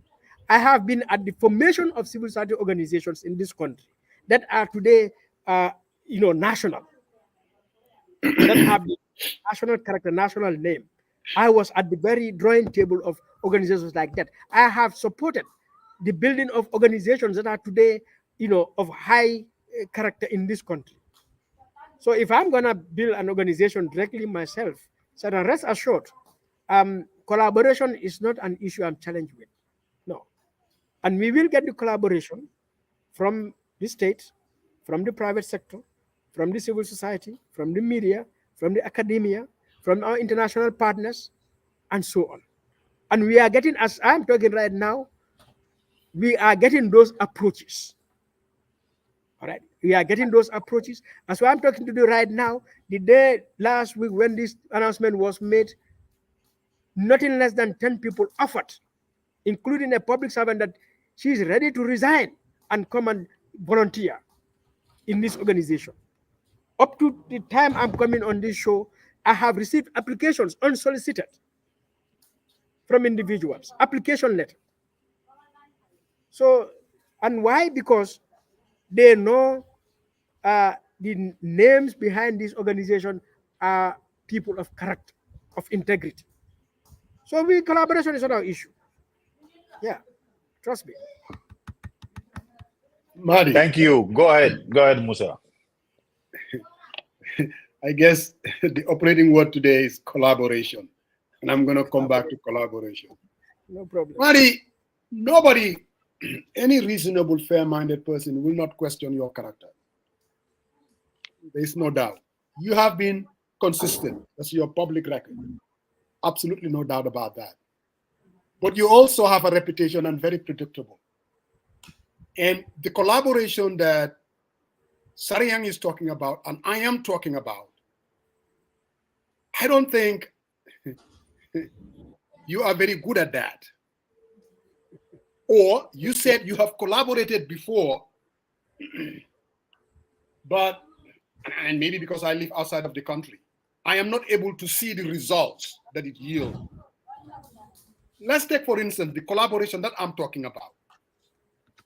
One of the issues, kids, Gambian children, boys, they're going through the Mediterranean and dying in numbers. It's a huge problem. The best, our young people are dying in the Mediterranean. Corruption, nobody will question, is eating the country. And these are fundamental issues that we need to talk about. You have an outfit, AF Small, everybody knows Madi Jorbateh. Is Madi Jorbateh capable to reach out to the government? You see, messaging and approach is very important. You can be principled, you can have core beliefs, I get it. But to basically sit down with government, the private sector, have a town hall and say, let's talk about this issue. Instead of the usual banter, oh, this person is corrupt, oh, they stole 300 million, oh, this and that, oh, kids are going into the Mediterranean because government is corrupt, they cannot create jobs. We're like, let's sit down, a town hall, everybody will be watching, and let's talk about this issue. People are saying, Madi Jorbateh, you don't have what it takes to collaborate in that manner. What you are good at is to go after the government and pinpoint and talk about law and talk about what is right and talk about violating the Constitution. And people are saying, it's just the usual stuff. And we have nothing to show for it. collaboration so that it can yield results and impact the lives of Gambians. Is it going to be something different, or is it going to be the same old, Madi? So Musa, you are perpetuating a stereotype of the of those officials or government-related people or certain political party supporters who, because they dislike Madi or like anyone they dislike, to misrepresent. Um, so I think that is the stereotype you are perpetuating, but that is false. So the fact is, maybe now we need to talk the real talk. Musa, I was the country director for Westminster Foundation for Democracy. This is a reputable British organization. Okay, for 5 years, and my office is in the National Assembly. One of the people I have criticized the most is Fabakary Tombonjata. All right, and during the period, he and his office, the office of the clerk, National Assembly members who I have raised issues, critical issues with them publicly, I have organized trainings with them. I have organized seminars with them to the point that I have initiated the creation of structures inside the National Assembly, between the National Assembly and the civil society and the media in the country. Just last week, the product, just before I left, a process I started, concluded with the signing of an MOU between the National Assembly, Tango, and the Gambia Press Union. An MOU I drafted before I left WFD in December 2023. So, Musa, you are just expressing, desperados, the comments by desperados. But I have collaborated. When I was at Tango, all right, from 2017 to 2023, I have brought civil society together to do all sorts of activities, to have all sorts of engagements with the government. The recent meeting that the leadership of Tango had with the vice president was a process I had started before I left Tango. All right. So the collaboration you talk about, I have succeeded in that. I have initiated human rights programs in the Gambia since 2011 to train parliamentarians. I brought them to Tango. I went around the country from Banjul to Basse, training police officers, security officers, writing to their authorities and inviting them, and local council officials, local government authorities. And they come and we go through a successful engagement from the beginning to the end. Yes. So as we talk right now, you may only be seeing my articles in the newspapers, on Facebook. You may not know that I sit here unsolicited. I write a strategic plan for a government agency, ministry, department, or agency on how I think they need to do their work, including local governments, giving them policy papers. Every law you can imagine since 2017 to date, I have written my own position paper or brief on that I submitted to each and every National Assembly member raising issues. So I have no problem with engagement, Musa. Okay. The collaboration you have in your mind, the collaboration Saren has in his mind, you've done. I have been on that collaboration long before today, and it will continue. Much So respect. I have no problem with collaboration here. And you're not. I hope you're not done with collaboration yet, too. You cannot. Just quickly, some people were basically saying, can you name the individuals, board of directors, that are part of this entity, this outfit, apart from Madi Jorbateh? Somebody is asking that. Yeah, so I set it up as Madi Jorbateh. Yes. But currently we have identified Philip Sen, who is a member of the Gambia Security Council, as a board member, Adam Assar, who is a member of the Gambia Federation of the Disabled, as a board member. And we identified Khadija Jao, who is a journalist, investigative journalist, as a board member. You know, and that was necessary at the time for registration process. But we will constitute a board because we want a board, as I said, of individuals with character, with principles, who would provide proper oversight over the organization, and not just providing oversight and so transparency, accountability, but also who have the capacity to provide, you know, policy ideas, policy options, and guidance. And so we will look across the Gambian community and you know create a 5 or 7 member team that will do these things. So we are building right now a board manual, like a board you know sort of you know to cover the operations and everything about the board, and policies will all be developed, so that at the end of the day we are creating an organization that is thriving on the principles of good governance, as we claim. Yeah. Just very quickly, Madi, the other question, I want to go back to AF Small. And clearly there's a reason why you named the center AF Small.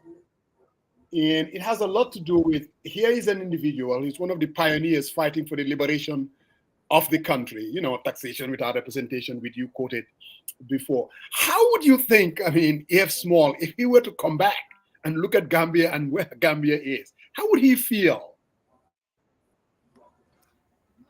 I think he will weep without control. He'd be disappointed.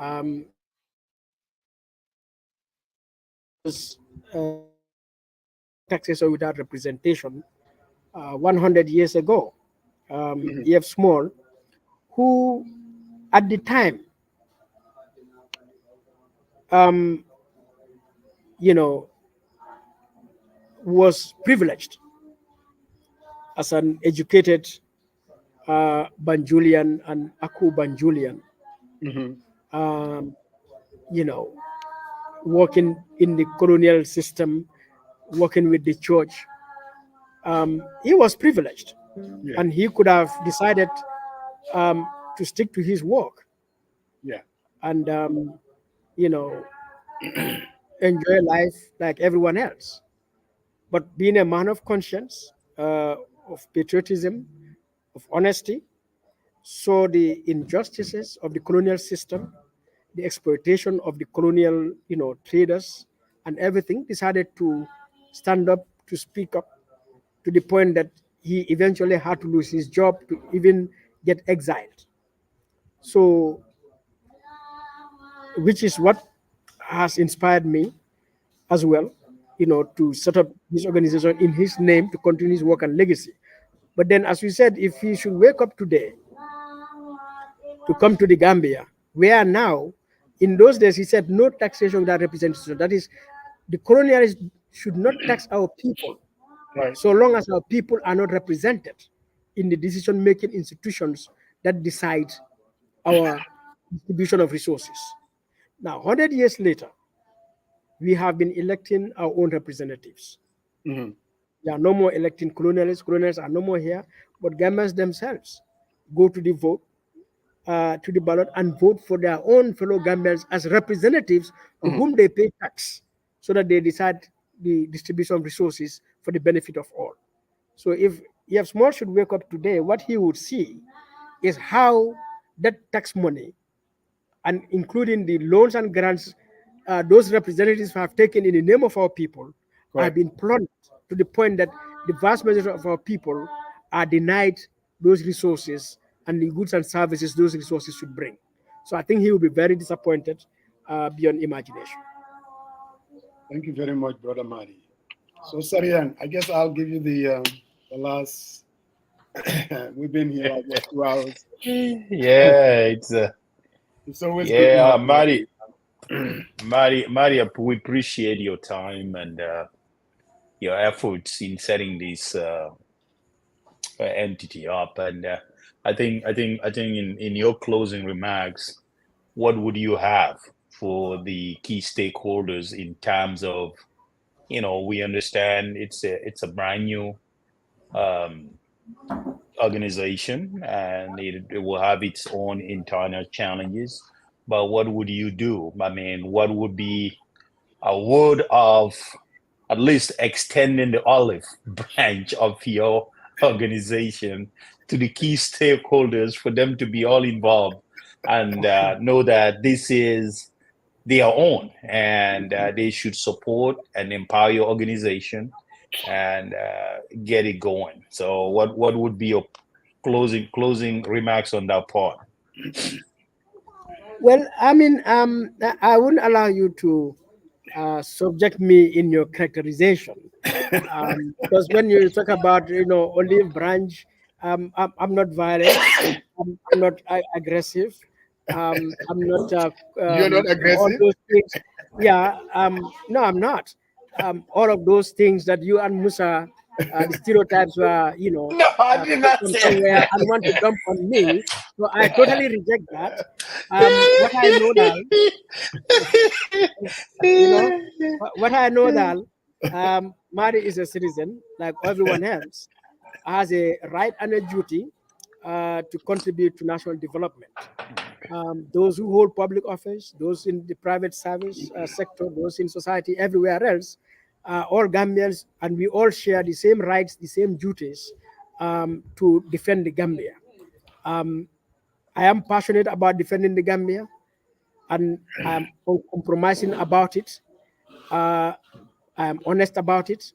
I'm driven by my conscience, the national interest, and the law, and the evidence, the facts. So we have set this thing up that we will approach it accordingly. We have said it in the initial press release. This we consider it a Gambian organization. So we want all Gambians to participate in it, to take charge of it, to collaborate with it, as we will collaborate with everyone. We do not see why anyone should not collaborate with us, or why we should not collaborate with anyone. Um, just that we would say, um, let us all stand on our constitution, on sacred values, uphold standards, and do this work together. So for me, that is what I would say. I mean, so we've said all governments come. We've issued our logo today, so you must have seen it, and we've explained all the values and the standards, the vision of the organization reflected in the logo. So yeah, so I think that's all I got to say. I mean, we are moving. Sorry, we are moving, and we will move. I don't see anything that will stop it, and we will enjoy full collaboration. And you will come here to celebrate that collaboration with us. Yeah, okay, Maddie. I And I guarantee look you. forward. I look forward your organization inviting me and my boss Musa to Yeah, collaborate with your organization too. absolutely, absolutely. Yeah, thank Yeah. you. Right. Thank you so Again, much. Yeah. thank you, Madi. We definitely appreciate you. Like Sarian said, we're going to be a partner in this collaboration with your Absolutely. entity, because there is no doubt your success would ultimately, whatever crazy questions that we ask, or challenging, if you want to call it that, we want it to succeed. If it succeeds, Gambia will succeed. No doubt about think that. so. I believe We're that. hoping. Thank you So, very much. brothers, thank you. Yeah. I appreciate you. And happy rest of the nice weekend. I don't know. Yeah. Okay. Thanks. Thank Tomorrow you. is Monday. We're Right. heading back to. You know how it is in this country. Anyway, thank you much, Madi.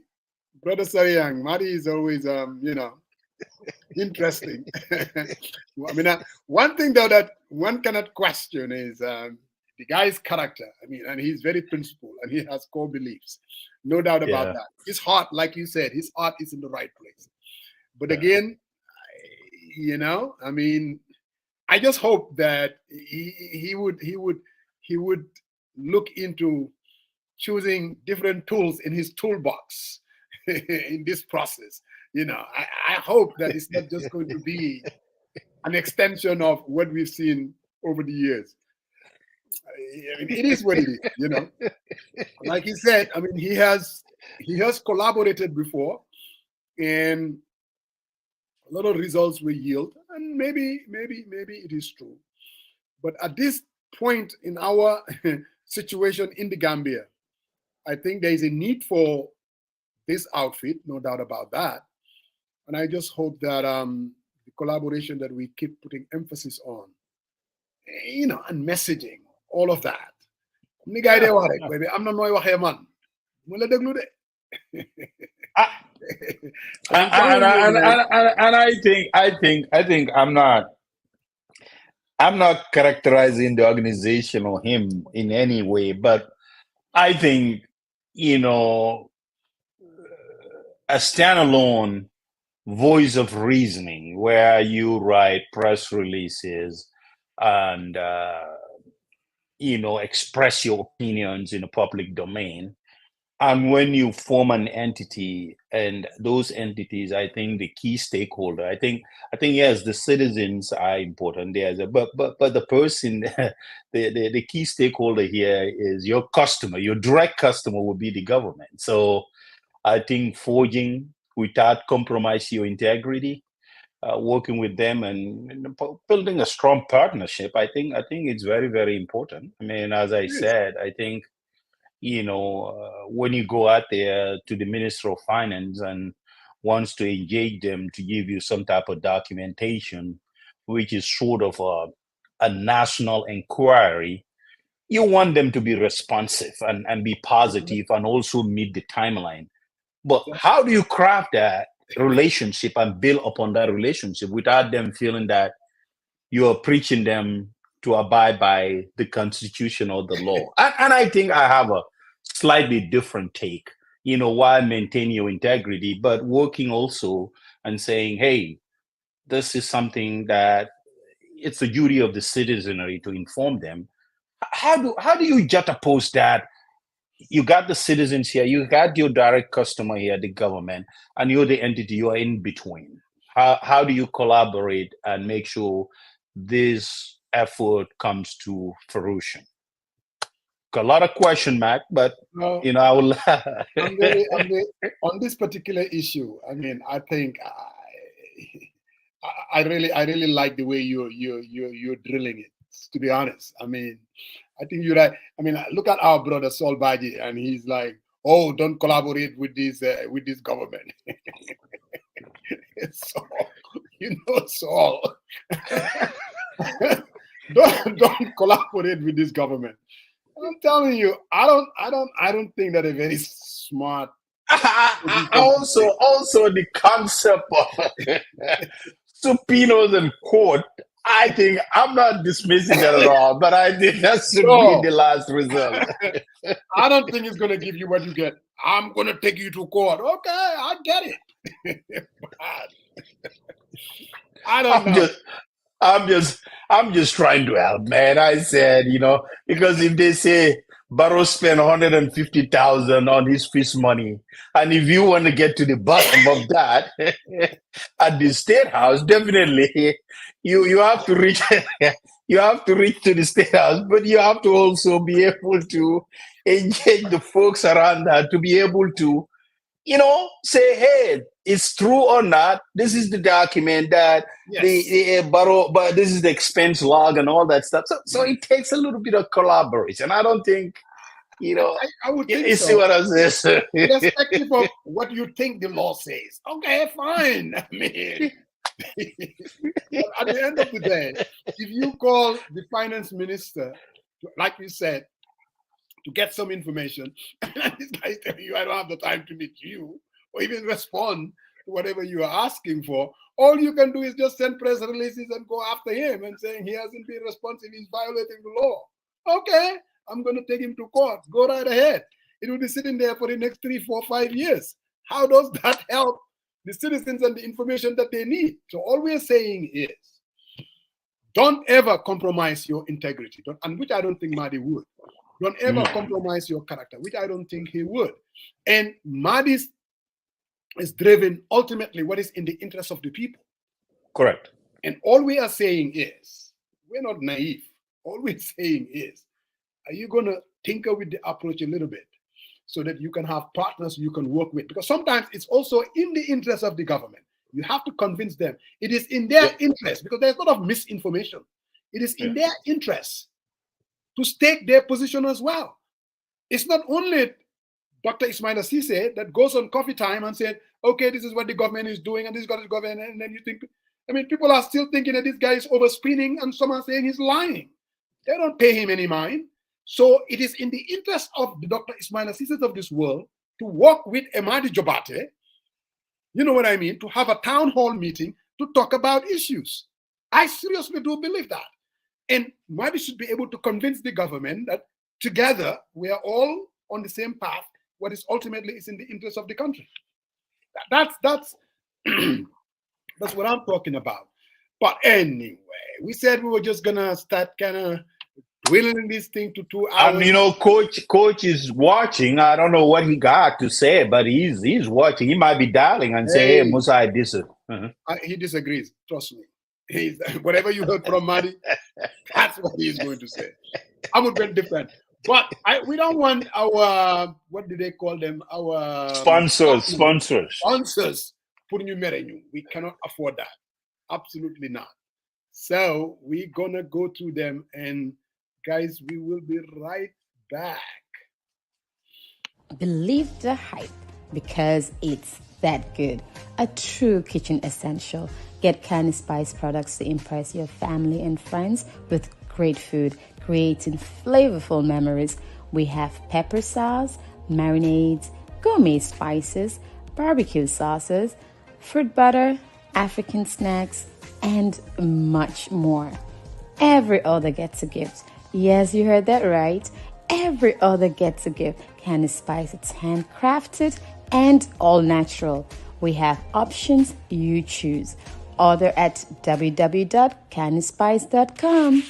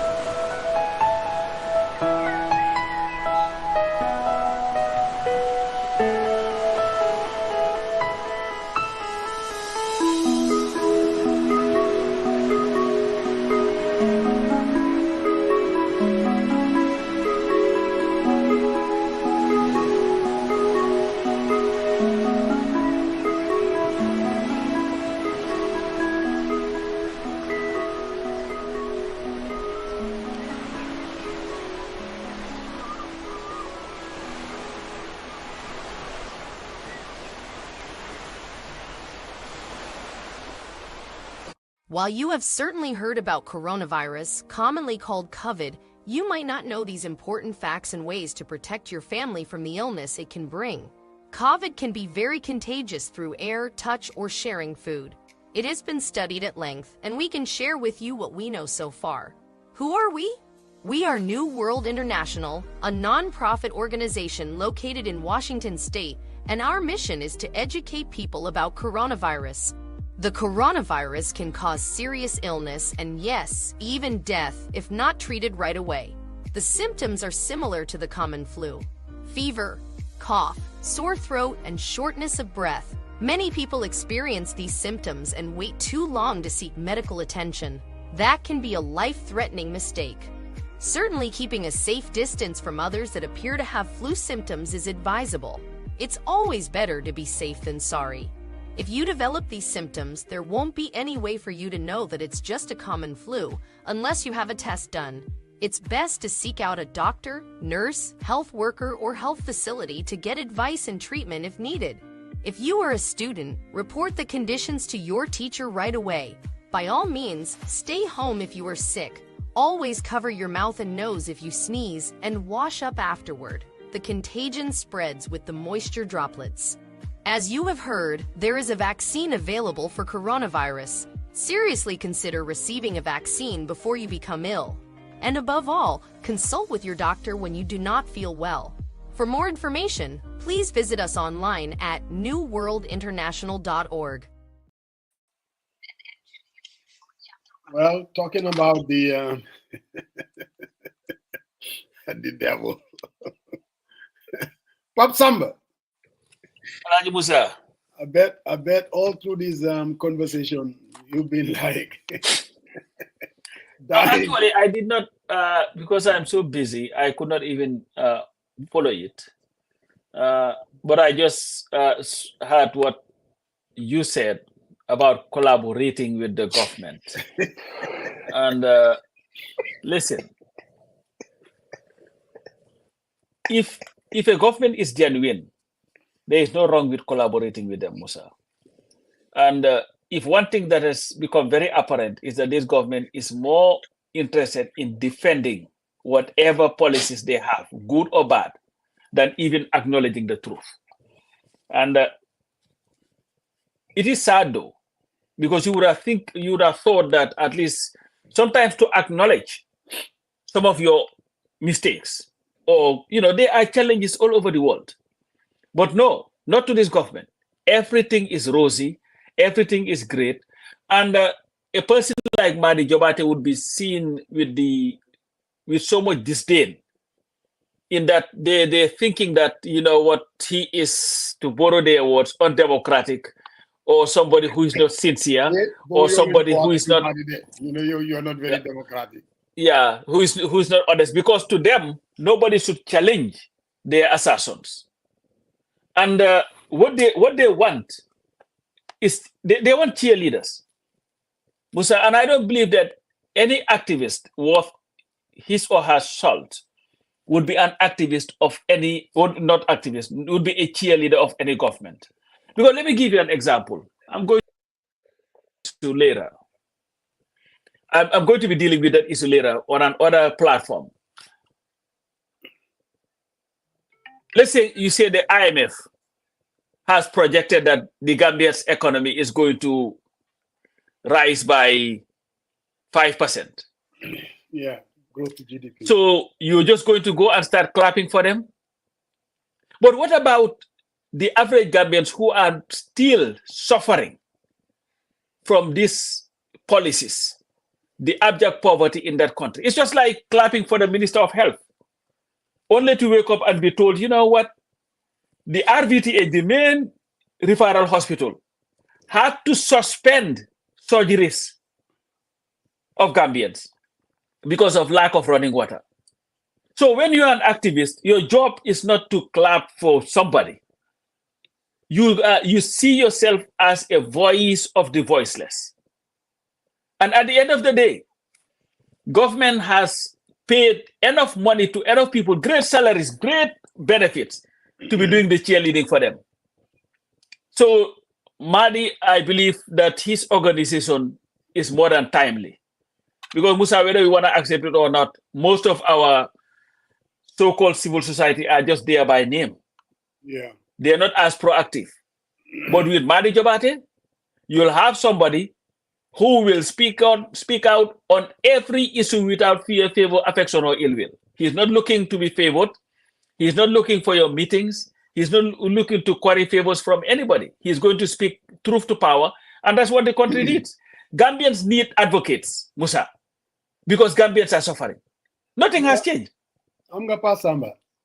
Joe. In as much as I agree with some of your talking points, I know this whole idea that we cannot be cheerleaders. Nobody is talking about cheerleading. What people are basically saying, an important outfit like that, there are important issues that needs to be dealt with. And there's nothing wrong with Madi collaborating, if you want to call it that, sitting down with government, all right, and saying, we have a problem with corruption.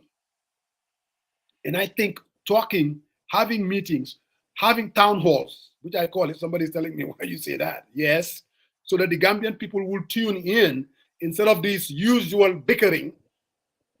Can I ask you a question? Hold on.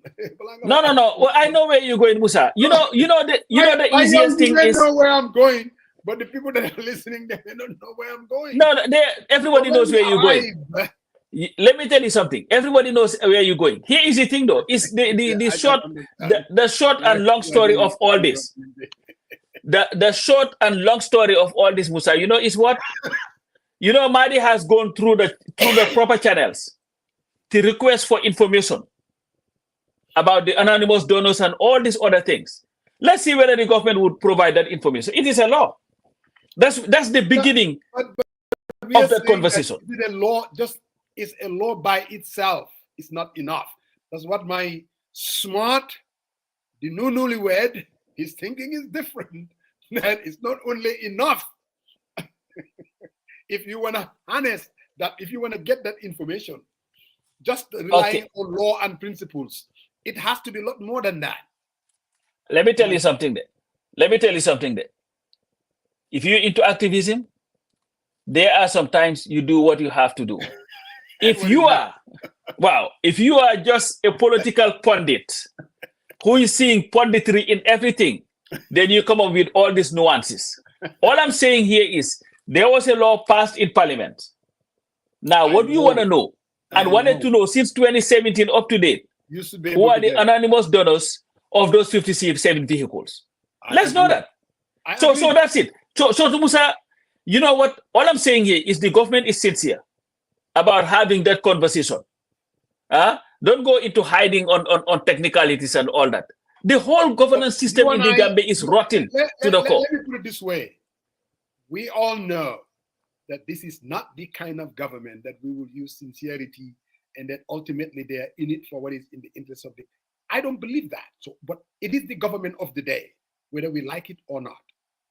All right? And we don't want to give up. We don't want to. Oh, nobody is giving up. That's why organizations are formed.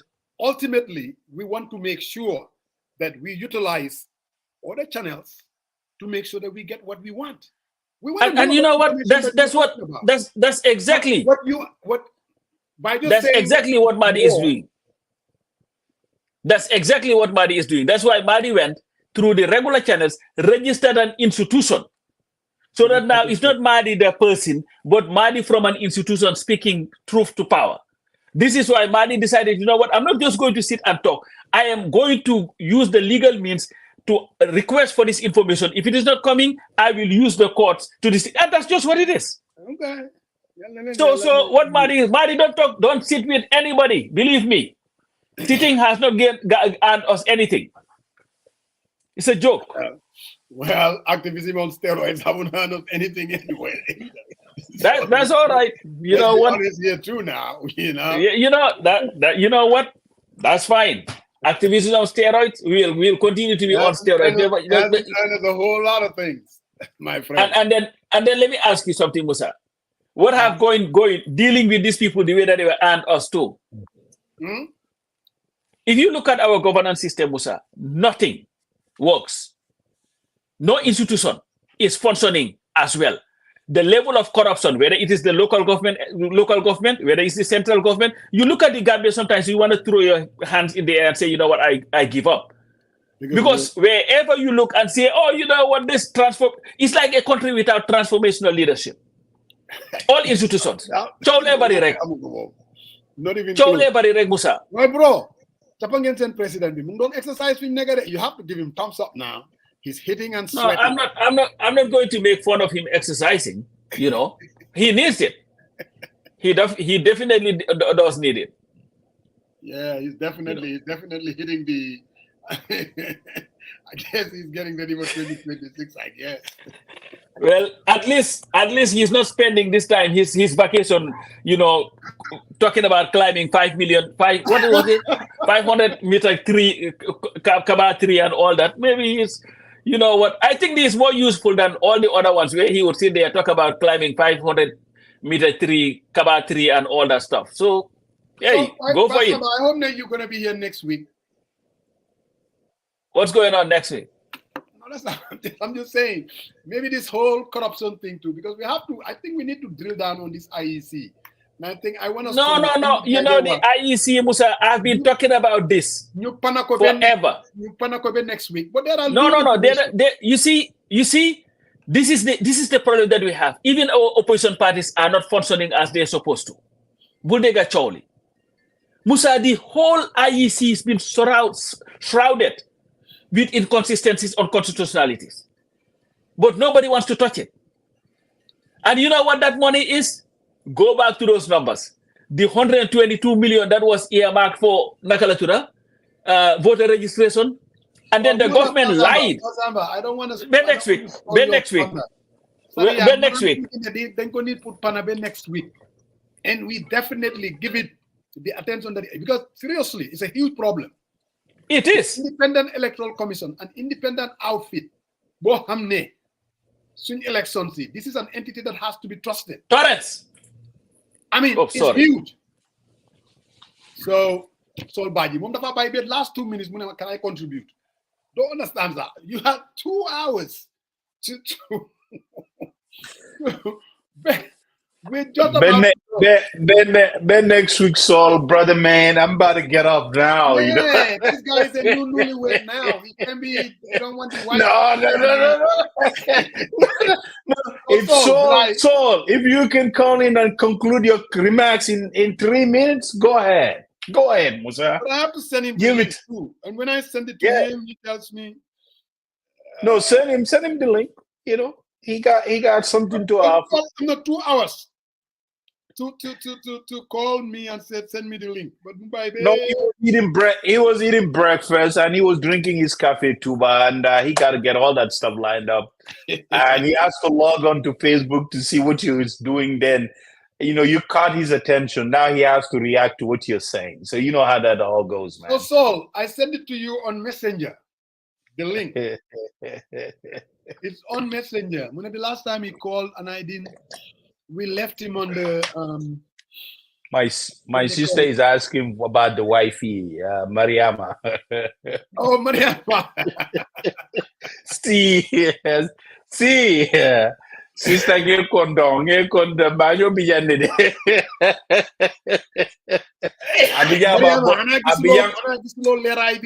We are looking at Abiyang about bolo kanta kang about bolo kan ko bolo kandolo ko di abiyang about bolo kandela.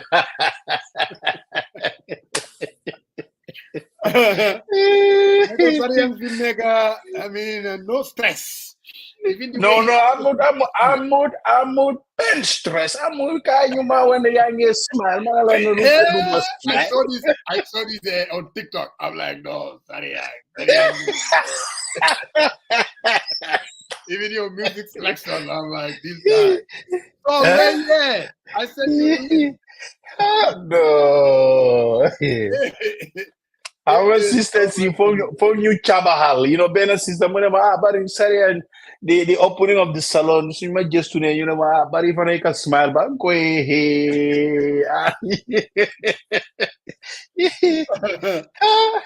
No doubt. So, what's up, my brother, man? Are you gonna call in or what's going on? So, Mariama, speak. When you are signing, I mean.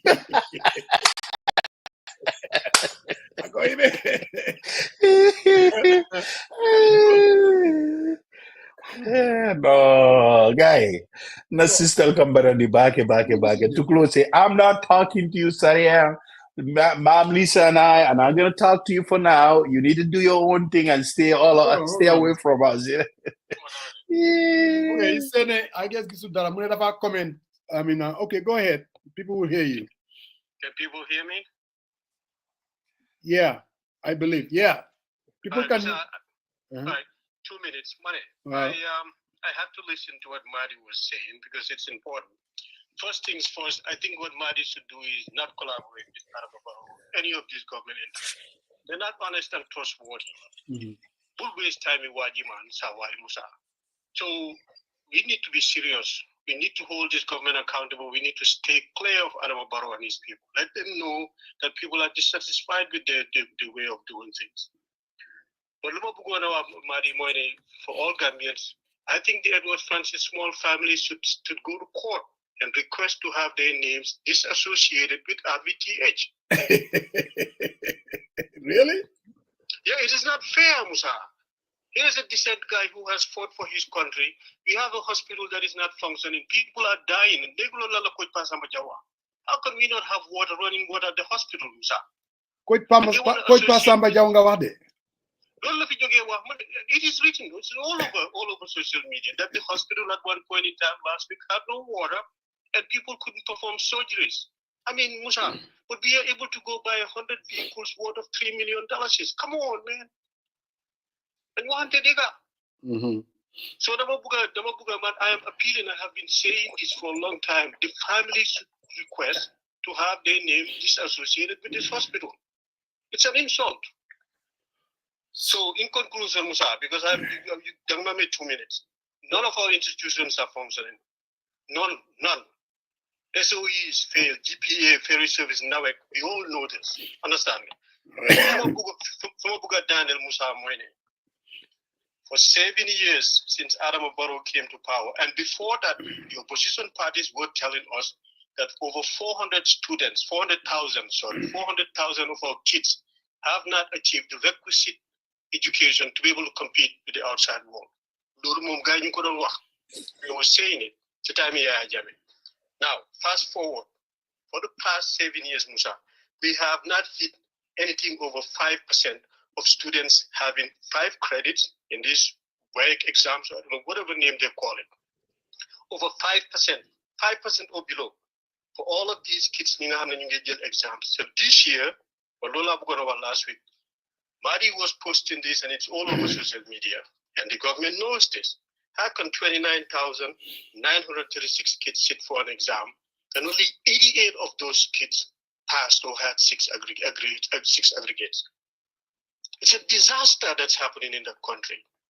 We have a total, this is an estimate by my accounting, of over 200,000 kids in the past 7 years. You know how many the qualification, passing exams.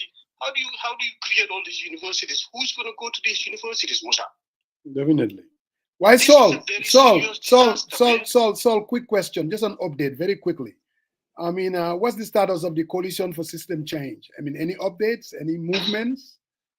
Well, okay. So, Hamnare, I am the secretary of the organization. We have made elections. We have nominated and elected our leaders. Myla Toure, who is now the PR, the public relations secretary or director, he will be doing a press release and have interviews, Musa. At that point in time, you would have known by then, we are on a trajectory. We are doing so much work in the background. So you are very optimistic. I am over optimistic. Parties are picking up your calls. No, we don't. Parties have been communicating with us, Musa. Viewers. That's why I just want to make sure they're picking up your calls, right? Of course. And you think we're gonna end up with a coalition come 2026? I'm not gonna guarantee you that. But Musa, as far as we are concerned, we are now in collaboration and working with no, that's the word now. Collaboration. That is the operative word today's program. Collaboration is fast and moving. Our organization and all of these other organizations in Gambia. There's so much work going on in the background. Okay. Right. And I'm sure he will be on your platform along with Keba Fool and maybe Joe. They will talk about what we have. Joseph Sambu, Koko hard hitting guy like Koko Bulan Kobole PR. We need that. I'm going to hear Musa. Gambia doesn't need gatsa. We don't need playing around with Animal Barrow, man. Thank you very much, guys. Well, anyway, thanks, man. And Mr. Barry, Klaus, we're going to be talking about this IEC corruption. Trust me. Next week, I mean, we're going to drill down to it. We're going to bring people. We are definitely going to talk about that because that issue is important. You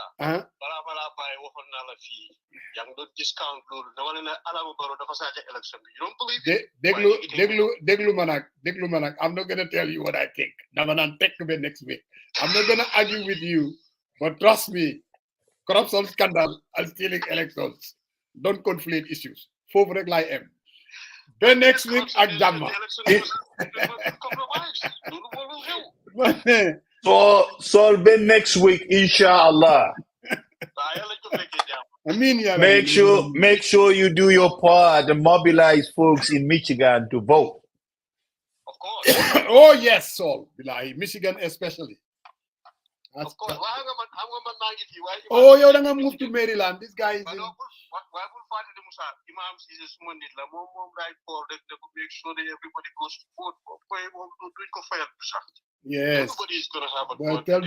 tell those Muslims, man, they need to vote for their interests. Like, Yeah, sometimes if they make a situation. Did you hear about what happened the last election? Trump lose. What happened? Like what? 30% of Muslims voted for Trump. Really? Yeah, the figures are out there. 30% of Muslims voted for Trump. And he still lost Michigan. Oh yeah, he did. But can you imagine what he did So this is Go figure. Anyway. All right, so thank you very much. Brother Sarian. Thank you. Farmos. All right, man. We will be back. Absolutely. Inshallah. Brother Madi Jorbateh, as usual. He came and he definitely, and we're hopeful and we wish him the best of luck. This platform will always be collaborating with Madi. Okay, son.